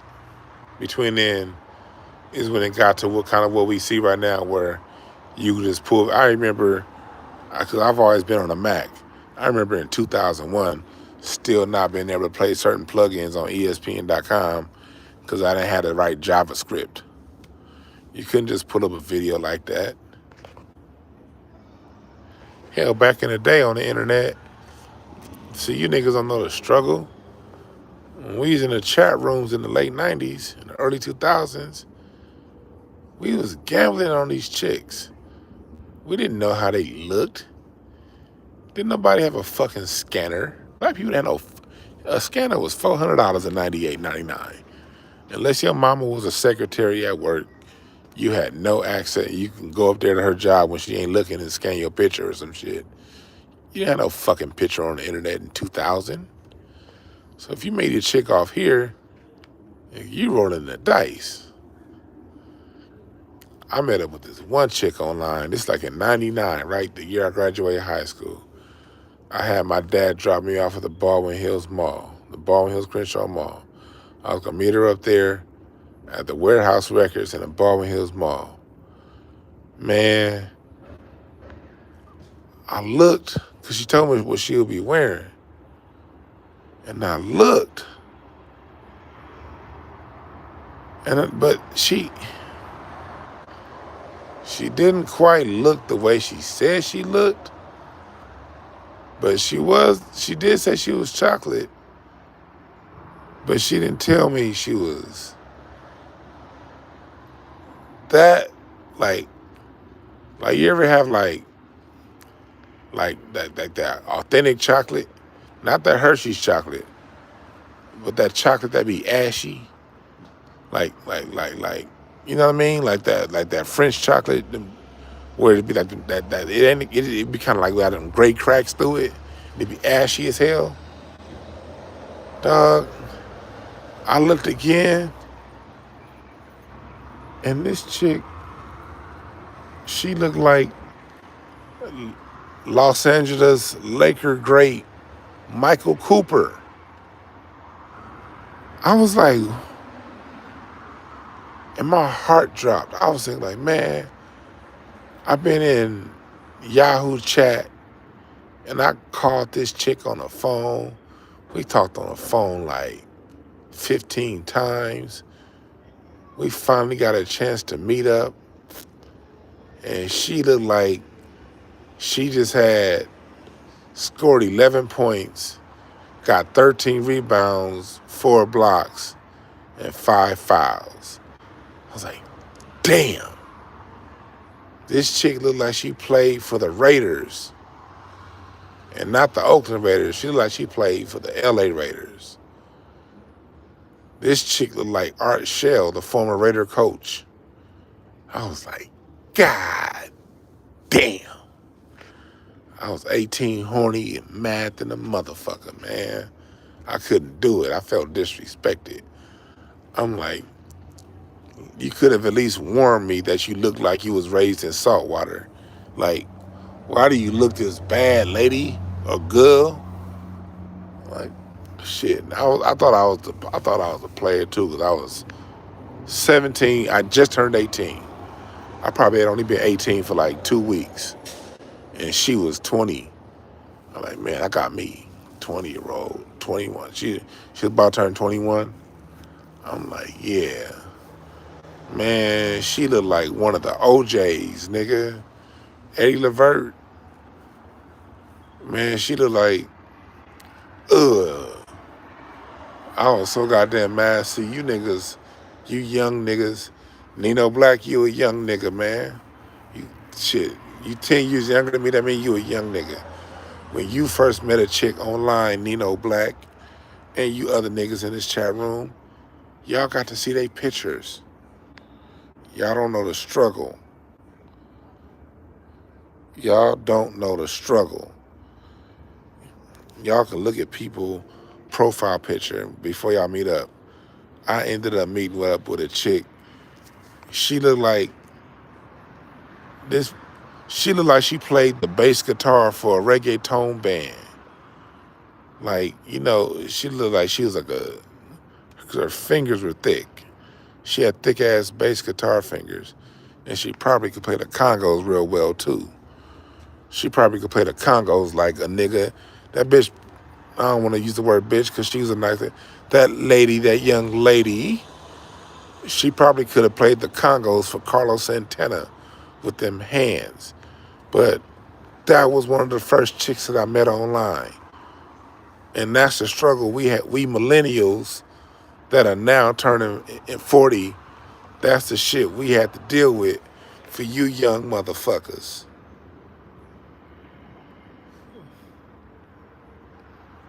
Man.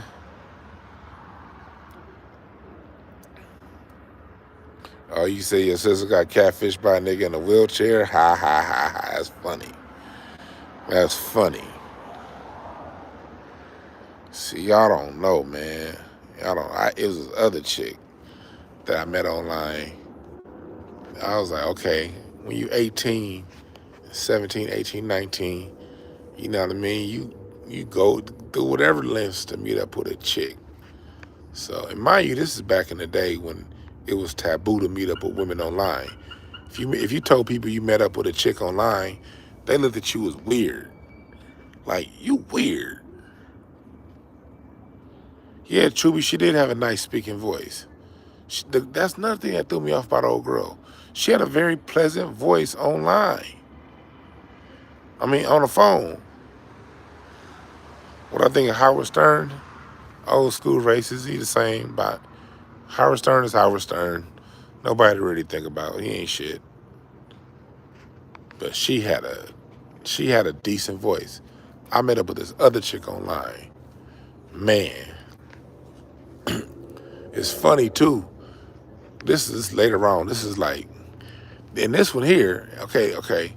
So you go from the part online when they didn't have a picture.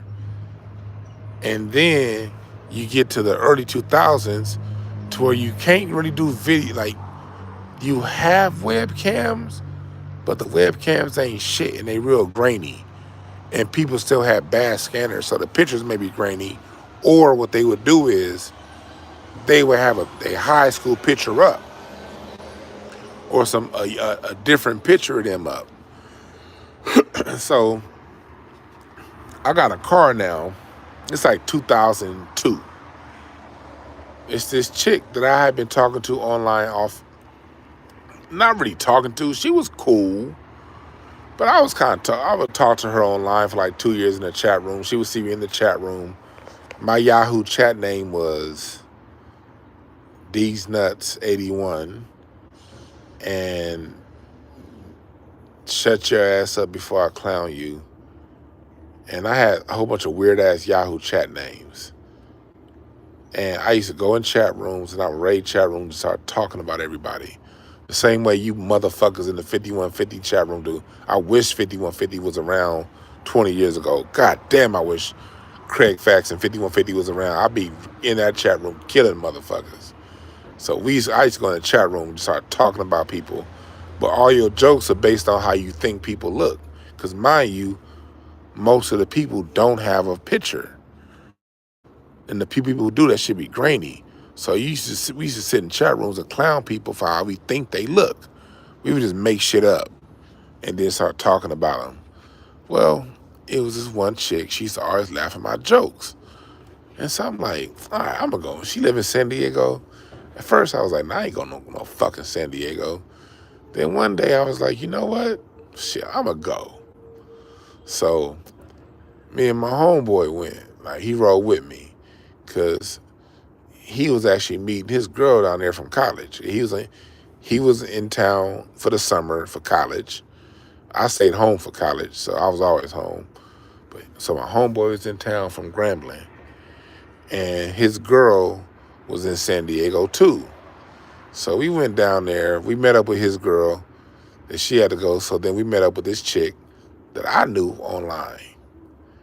Man, put it like this. It was about 87 pounds. Damn, niggas letting off fireworks already? It was about 87 pounds between the picture she posted online and the woman I saw in front of me. About 87, 89 pounds of difference. And I'm not here to judge. I'm a big nigga myself. But come on, you can't surprise me like that. I'm over here thinking I'm about to get a 16-ounce Coke bottle. I ended up getting a 3-liter Shasta. The disappointment, nigga. I'm thinking, okay, worst case scenario, I'm thinking like she gonna be like that 20-ounce Coke bottle, the little plastic Coke bottle, the 20-ounce, where she gonna have the whoops and the whamps and the booms and the bamps. Because I see the whoops and the whamps in the picture, and the booms and the bamps is there. I'm like, so I'm about to try to San Diego, get some whoops and the whamps, booms and the bamps. Man, she look like a stack of tires. Ooh.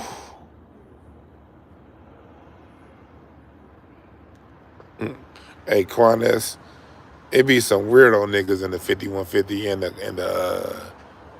the Craig Fax chat room. I'll be in the 5150 chat room sometime. I don't be saying shit though. I'll be listening. I don't be really be saying shit. Niggas be saying some weirdo shit. As far as Craig Fax go, I may read 10 comments the whole show, maybe. I may actually see like 10 comments though. I don't really look at the comments.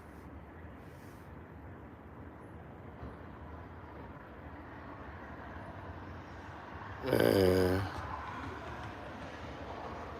Hey, I thought Queen Latifah was cute back in the day too. On Living Single, man, I low-key had a crush on Queen Latifah on Living Single. But I like Regine more.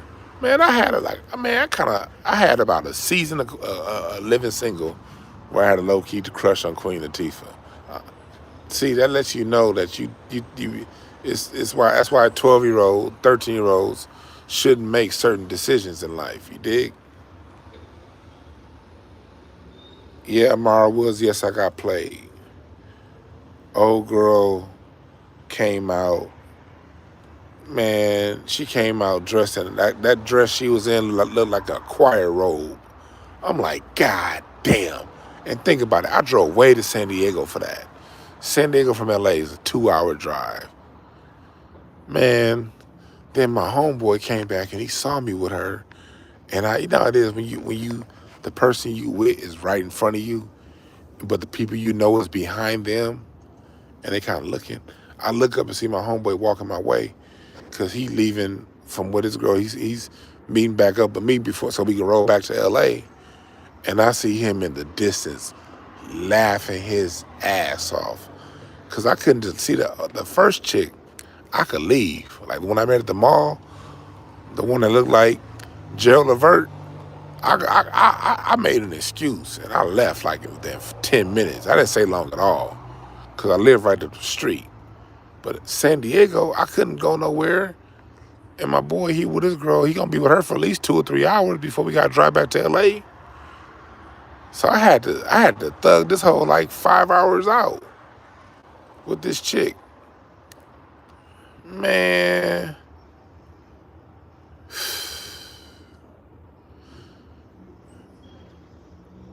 And then the kiddos on the way home, we driving home, cause this is like he was like when you take a shower tonight, make sure to wipe off the turkey meat and cheese that she had in her mouth before. I was like, God, fuck you, nigga.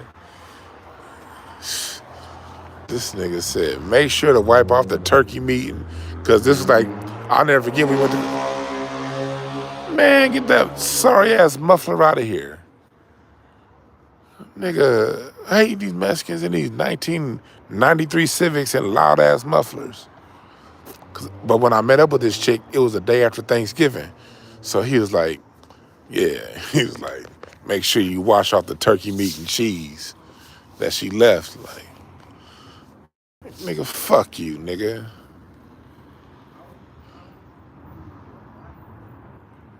Nah, she wasn't fine. Yeah, I got some head on it, but that's when the homie was like, leave the turkey, make sure I wash off the turkey meat and cheese. And, damn.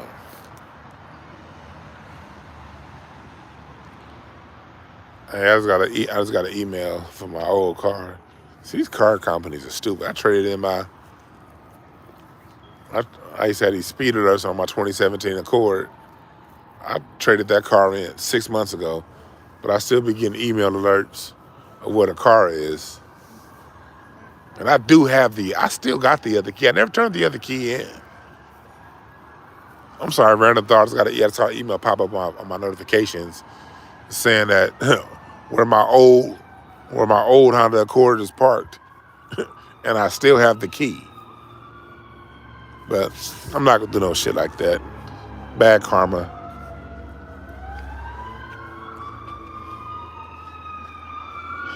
Bad karma. Man, turn that fucking alarm off.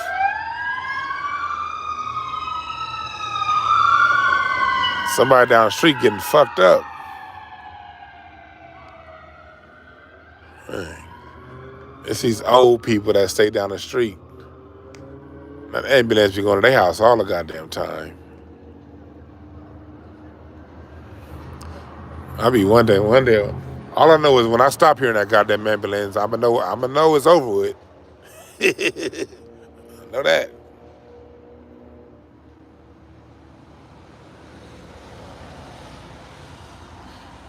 Yeah. You're right. At least you're not putting kids in these centers anymore. Yeah, Tatiana Lee and Maya. Man, it broke my heart when I saw Maya Campbell. I used to do comedy. I used to do security at this comedy club. The comedy club me, Craig, and Big Jaw met at. I used to do security there. It was like 2010. Maya Campbell came walking up one night and she was loaded, wet, just on whatever she was on. She was fucked up. And she asked me for some money. And I was like, damn, I had a crush on you back when you was on TV. You loaded asking for money. But I didn't take no pictures. Like some people want to take pictures and shit. That's against real nigga code. I couldn't take pictures of her in that situation like that. I heard she cleaned her life up, and so I hope she stay clean. But that shit broke my heart seeing her walk up loaded, asking for money. Ah.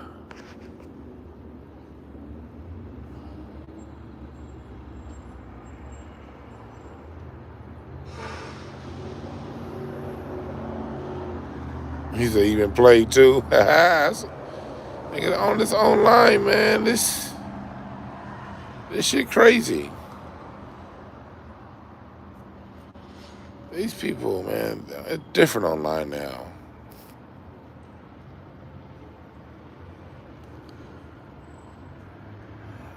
What's up? Is that Cuddy? Who's that? What's up?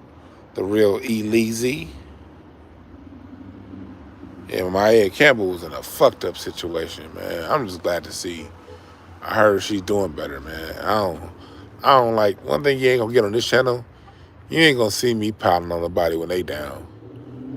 Nigga, if I can't find a positive twist to the story, I ain't gonna tell a story.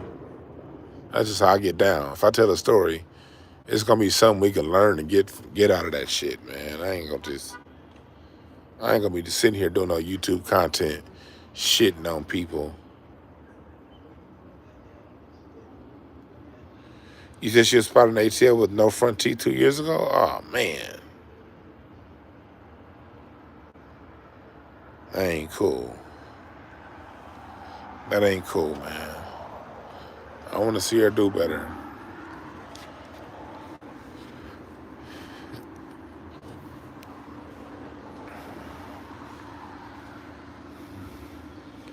I'm going to be giving y'all some readings pretty soon. I'm gonna use y'all as my experiment, okay? Chat room. I'm learning a new science right now.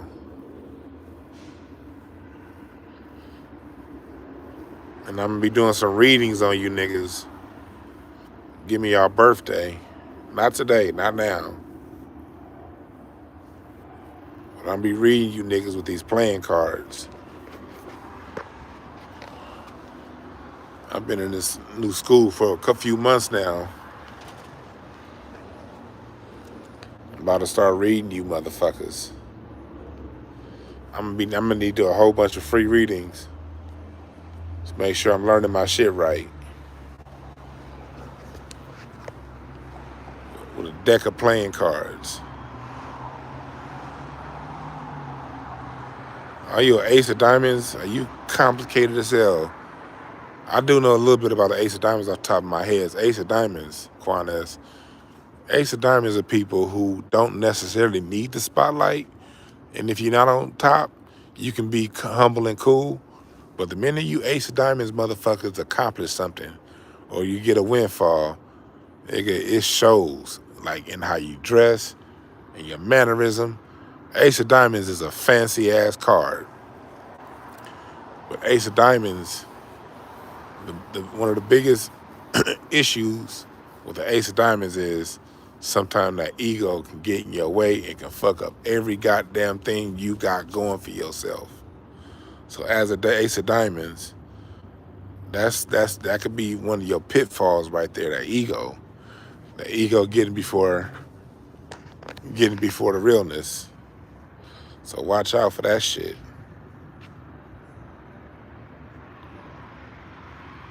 Yeah.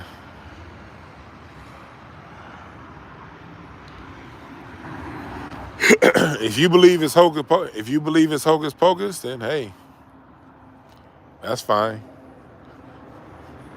You don't have to participate. I'm not gonna force it. I used to believe it was hocus pocus too. But I'm a curious ass nigga. Shit that I'm curious about, I gotta study that shit. I gotta, okay, all right. Let me look deeper. And another thing about me is I'm rebellious. A lot of the stuff that was told to me was fucking weird or wrong. I went and studied that shit for myself. Like, let me see, especially that shit the church told me. Once I really started to realize the church was full of shit, I was like, let me start looking into that shit that they told me not to look into. And let me see if it's any sense over there. And some of the stuff the church told me not to look into was, it wasn't for me. I'm a curious person. I'm the kind of nigga that's gonna find out. I don't like mysteries. I like demystifying shit. If it intrigues me, but it's a mystery, I'm gonna figure that motherfucker out. That's just the way my brain works.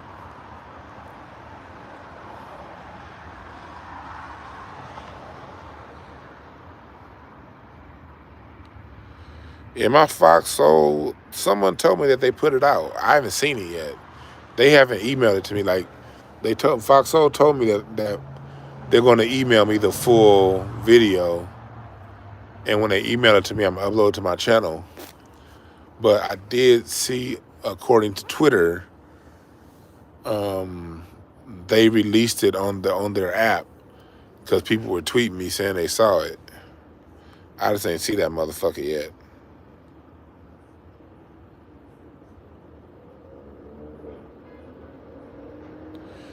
Yeah, Ace of Diamond Taurus and fives across the board. Fives, you five people. Five is just what that is. The same way it is in fractions.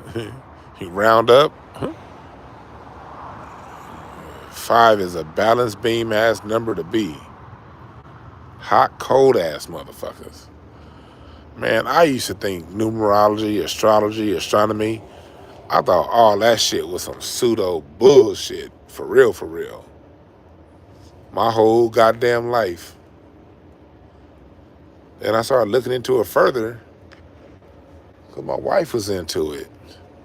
So since she would say shit, and I'd be like, man. But then that shit'd be. Then I started looking, I'm like, okay, this shit be too goddamn accurate. Let me look into this shit for myself. Because one thing I'm not gonna do is lie to myself. I may talk a lot of shit. I may bullshit. But I ain't gonna bullshit myself. I know when somebody telling me the truth. I know when I hear something that's like, God damn, that shit ring a bell. I'm not gonna sit here and act like something that was said. If it resonated with me, I'm not gonna act like it didn't. And then one day my wife's dad read me in he read my birthday in numerology. And I was like, how you know that? He was like, well, your birthday adds up to an 8, and 8 is the number of boom, boom, boom, boom, boom. I was like, hold on. What the fuck? And my wife's dad, he bought me like, I just remember getting home like 2 days later, and he sent me through Amazon like 8 books on numerology. And so I started reading them. And I was like, oh, this ain't no out there pseudo. This is actually a science. And the same thing with astronomy. I mean, I've always liked astronomy. Same with astrology. I didn't give a fuck about no damn zodiac. I ain't give a fuck about a zodiac 90% of my life. 90% of my time here on Earth.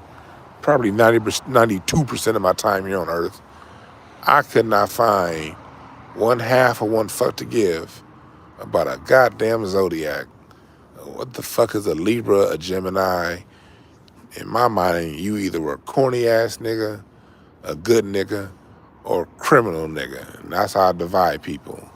Somebody that's cool to kick it with, somebody that's corny, and somebody that's a criminal. I don't want to be around corny niggas, and I don't want to be around criminals. I don't give a fuck about no zodiac sign. But then I just got curious. And I said, let me read up on this shit a little bit more. And I was like, God damn, this shit accurate. My whole life, I've been denying this shit. Well, hell, I can't even say I was denying it. I didn't take enough time to look at it to either deny it or accept it. I just grew up in church, and church said don't fuck with that shit, so I didn't fuck with it. That's all. That's what that was to me. I grew up in a church that said don't fuck with that astrology, astronomy. Don't fuck with none of that shit. That's of the devil. And me, my gullible ass as a child, I believed them niggas, so I did not fuck with it. Then one day I opened my mind.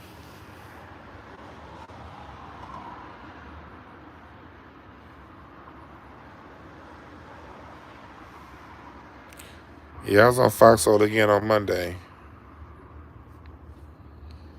I'm gonna let y'all know when that show, whenever it comes up. Yeah, this shit. And then, so cardology came across my path a couple of years ago, and it intrigued me. And then when I saw classes were being offered starting in January in the school, I took the class. And I'm paying a few racks for this cardology class. This shit ain't cheap. This cardology class is costing me a couple racks. This ain't one of those Udemy $9.99 introductory course.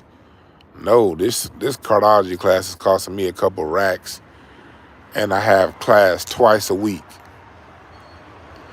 I got class twice a week, nigga. I got study groups. I got like 11 books.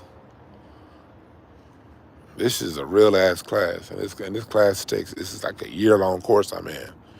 I'm in a year-long course that I'm taking twice a week on this science. I'm not fucking around. Because like with cardology, you got to understand numerology and astrology and planets. It's not good enough to just know the zodiac sign. You got to know the planets too. Hey, it's like, this shit is deep. But it's fun though.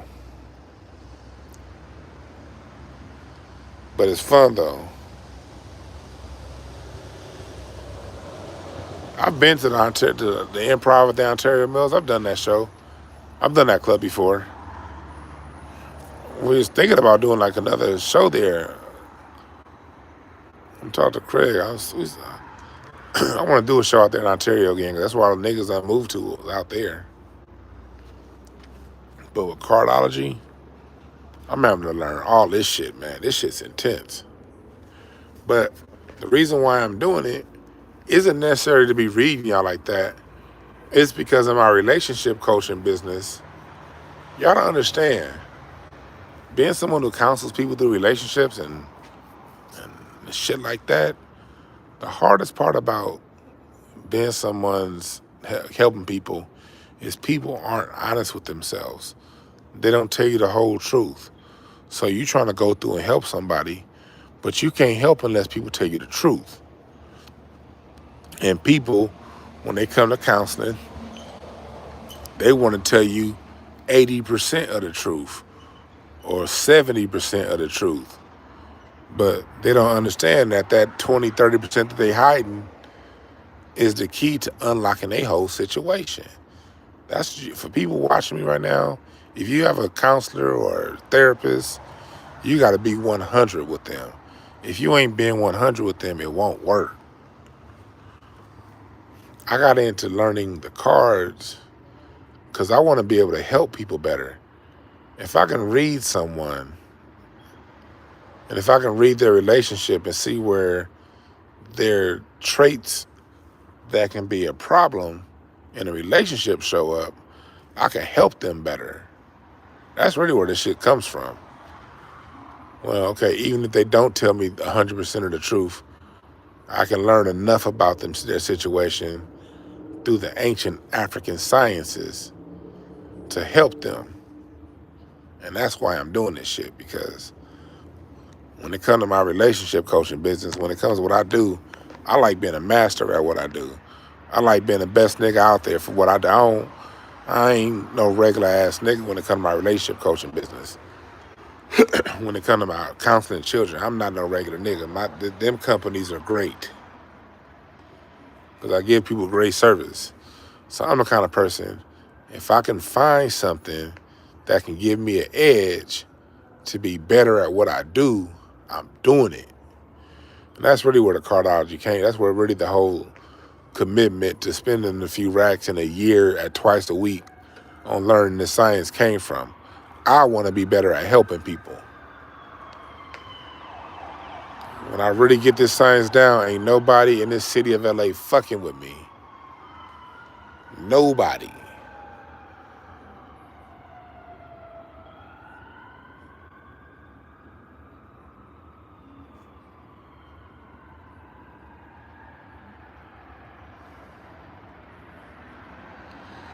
You said if a psychic told you, can't nobody tell you when you gonna die. Don't nobody know when you gonna die. If a psychic told you you was gonna die soon, they probably trying to get some more money out of you. And they're probably gonna follow that up with, and if you want to live, buy 2 or 3 more sessions, and I'm gonna show you how to avoid dying. And no psychic gonna tell you how to. And if a psychic is telling you about to die, you need to sue that mother. You need to go ahead and whoop their ass, because if you're gonna die, at least you ain't gonna go to jail, nigga. Now I can't tell you. What's up, brother love? I can't tell you this. In cardology, there are death cards.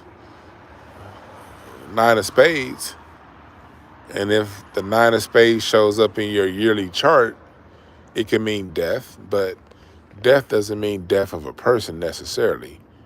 Death could also mean death of an idea, death of a way of thinking, death of your current paradigm into a new paradigm, death of an issue that's been holding you back, death of a friendship, a long-standing friendship that just ain't gonna last anymore, death of a relationship. It doesn't necessarily mean someone's gonna die. If a 9 of spades shows up in your yearly chart, can't nobody tell you can't no medium tell you somebody's about to fucking die. No, nigga. That's not what the sciences are about. All right, brother?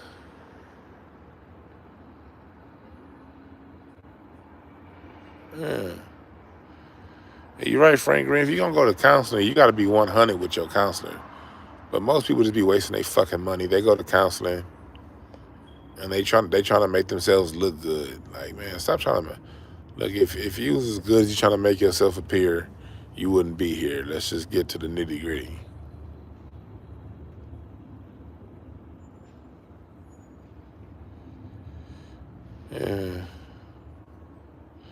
Yeah.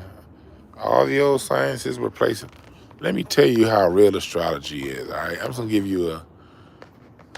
Look, first of all, the Bible is an astrological book. God's son walking on the water. For those of us who live in LA, we get to see this every time we go to the beach and the sun sets. When the sun sets, what do you see? A reflection of sun on the water. That's what God's son walking on the water means.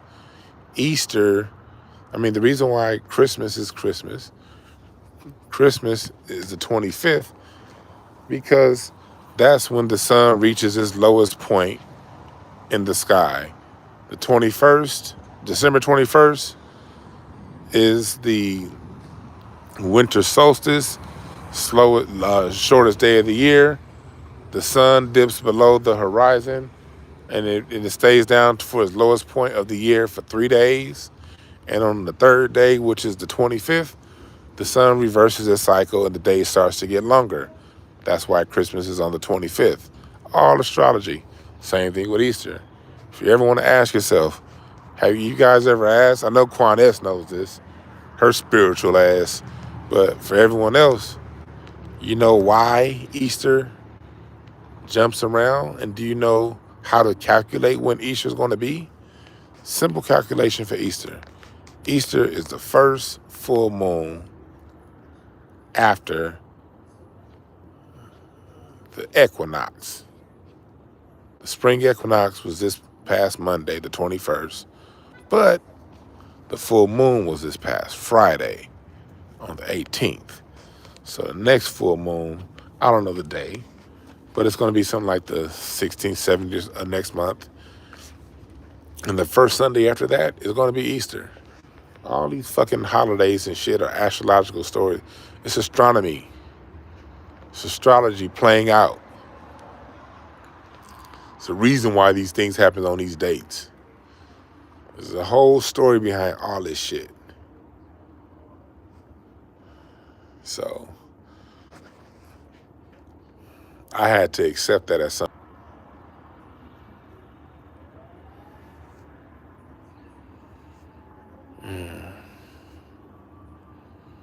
So, yeah.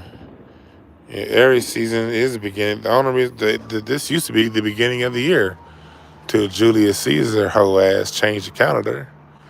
It used to be a 10-month calendar. The first day of the year was a spring equinox. That was the first day of the year. That's why November 9. But why is it the 11th month? October 8th. Why is it the 10th month?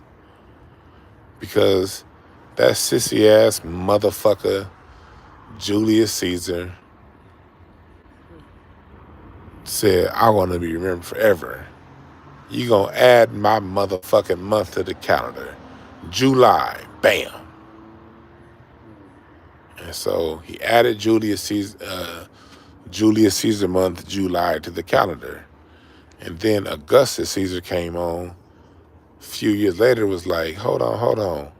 If Julius could add his name to the calendar, I'm going to add my whole ass name to the calendar. Old rapist and pedophile bastard, Augustus Caesar. So that's where we get the month of August. So because two pedophile rapist ass dictators of ancient Rome decided they wanted to insert themselves in history, we get a 12-month calendar instead of a 10-month calendar. And we get a fucking January as the first of the year instead of now. All this shit has a story.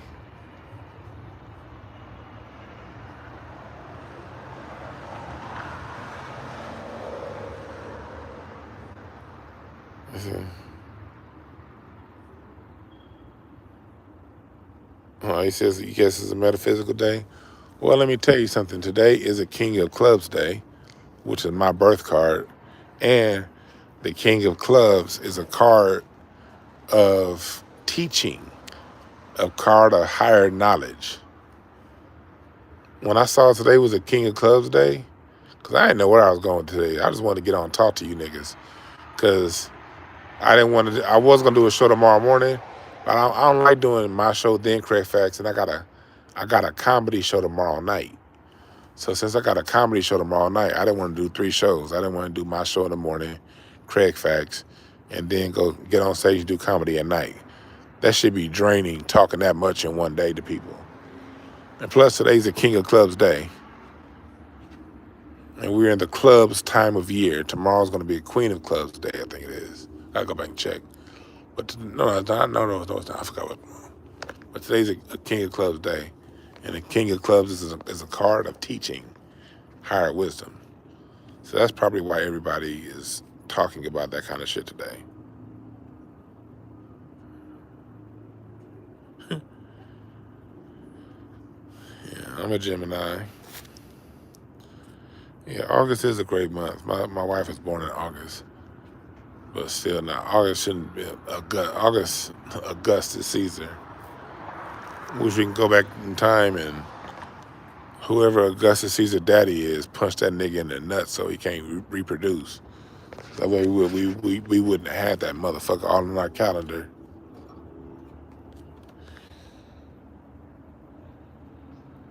And do y'all know? Look, and plus, because like when Caesar and Augustus, when they reformed the calendar, they did not account for the Earth's wobble. The Earth has a wobble to it. It's a wobble on the poles. And the wobble is a 26,000 year wobble. It takes 26,000 years for the Earth to complete its wobble. And where you get the zodiac from is because those years are divided up. And these, I think, 20, don't quote me, I'm just off the top of my head, I think 2,400 year cycles. And wherever direction the pole, whatever zodiac sign the North Pole is pointed in, is the age the Earth is in. And we just left the Piscean age. We're now in the age of Aquarius.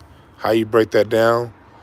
The North Pole at this point in Earth's wobble is pointed into the direction of the Aquarius zodiac sign. And it's going to be in this direction for a few thousand years. And that's what they mean when they talk about age. And so, but when that sorry-ass Julius Caesar and punk-ass Augustus Caesar, when they changed the calendar,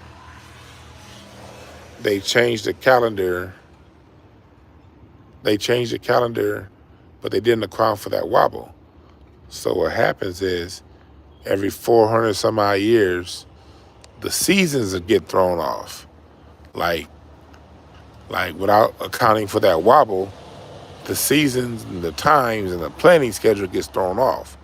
Well, in the 1800s, America was about to go, and I'm gonna get off here after I finish this point.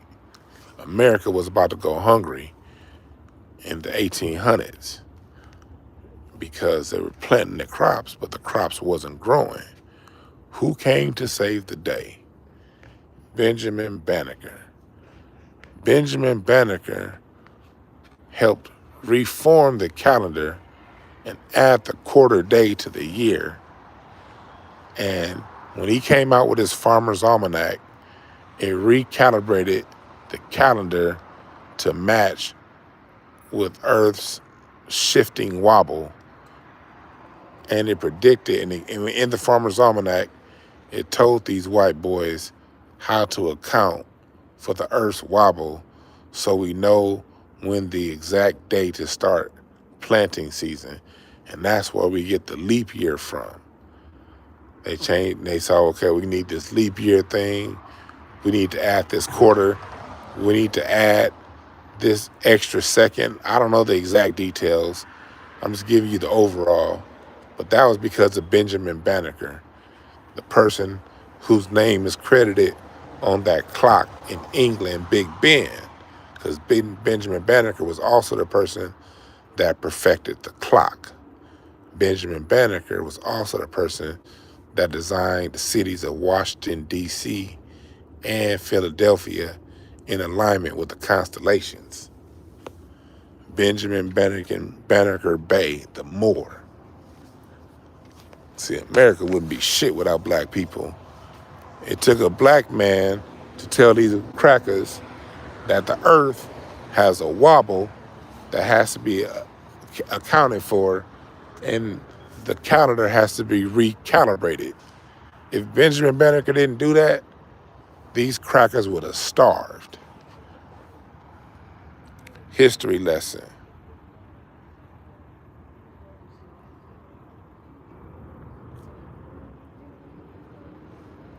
I was on the Tammy Mack show.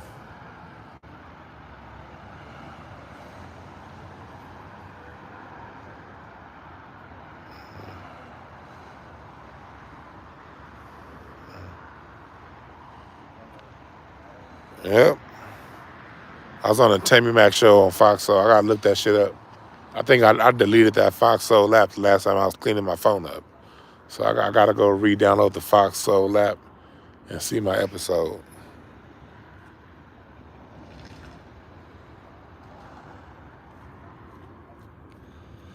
This nigga.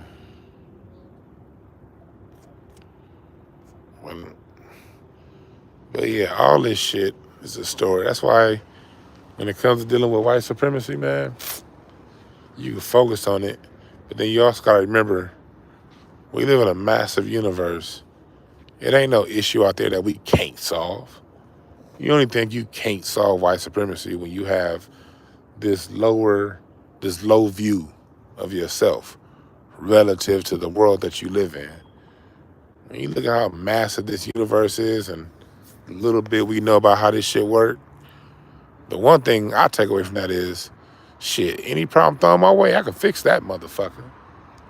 Can't no fucking human design some shit that's gonna keep people oppressed forever if they choose not to be oppressed anymore. Like, man, got a whole goddamn universe behind us. Nigga ain't got time to be afraid of this bullshit.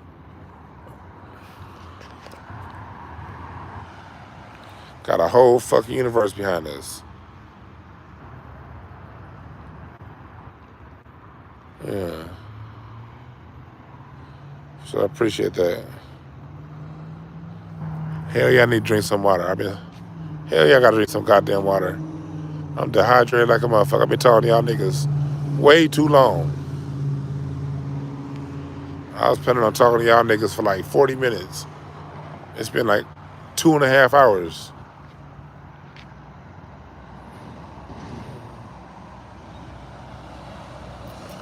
I'm gonna holler at y'all. I'm gonna do 2 shows on Friday. I'm gonna do this show on Friday morning, and I'm gonna do Incense and Ashtrays Friday night. I holler.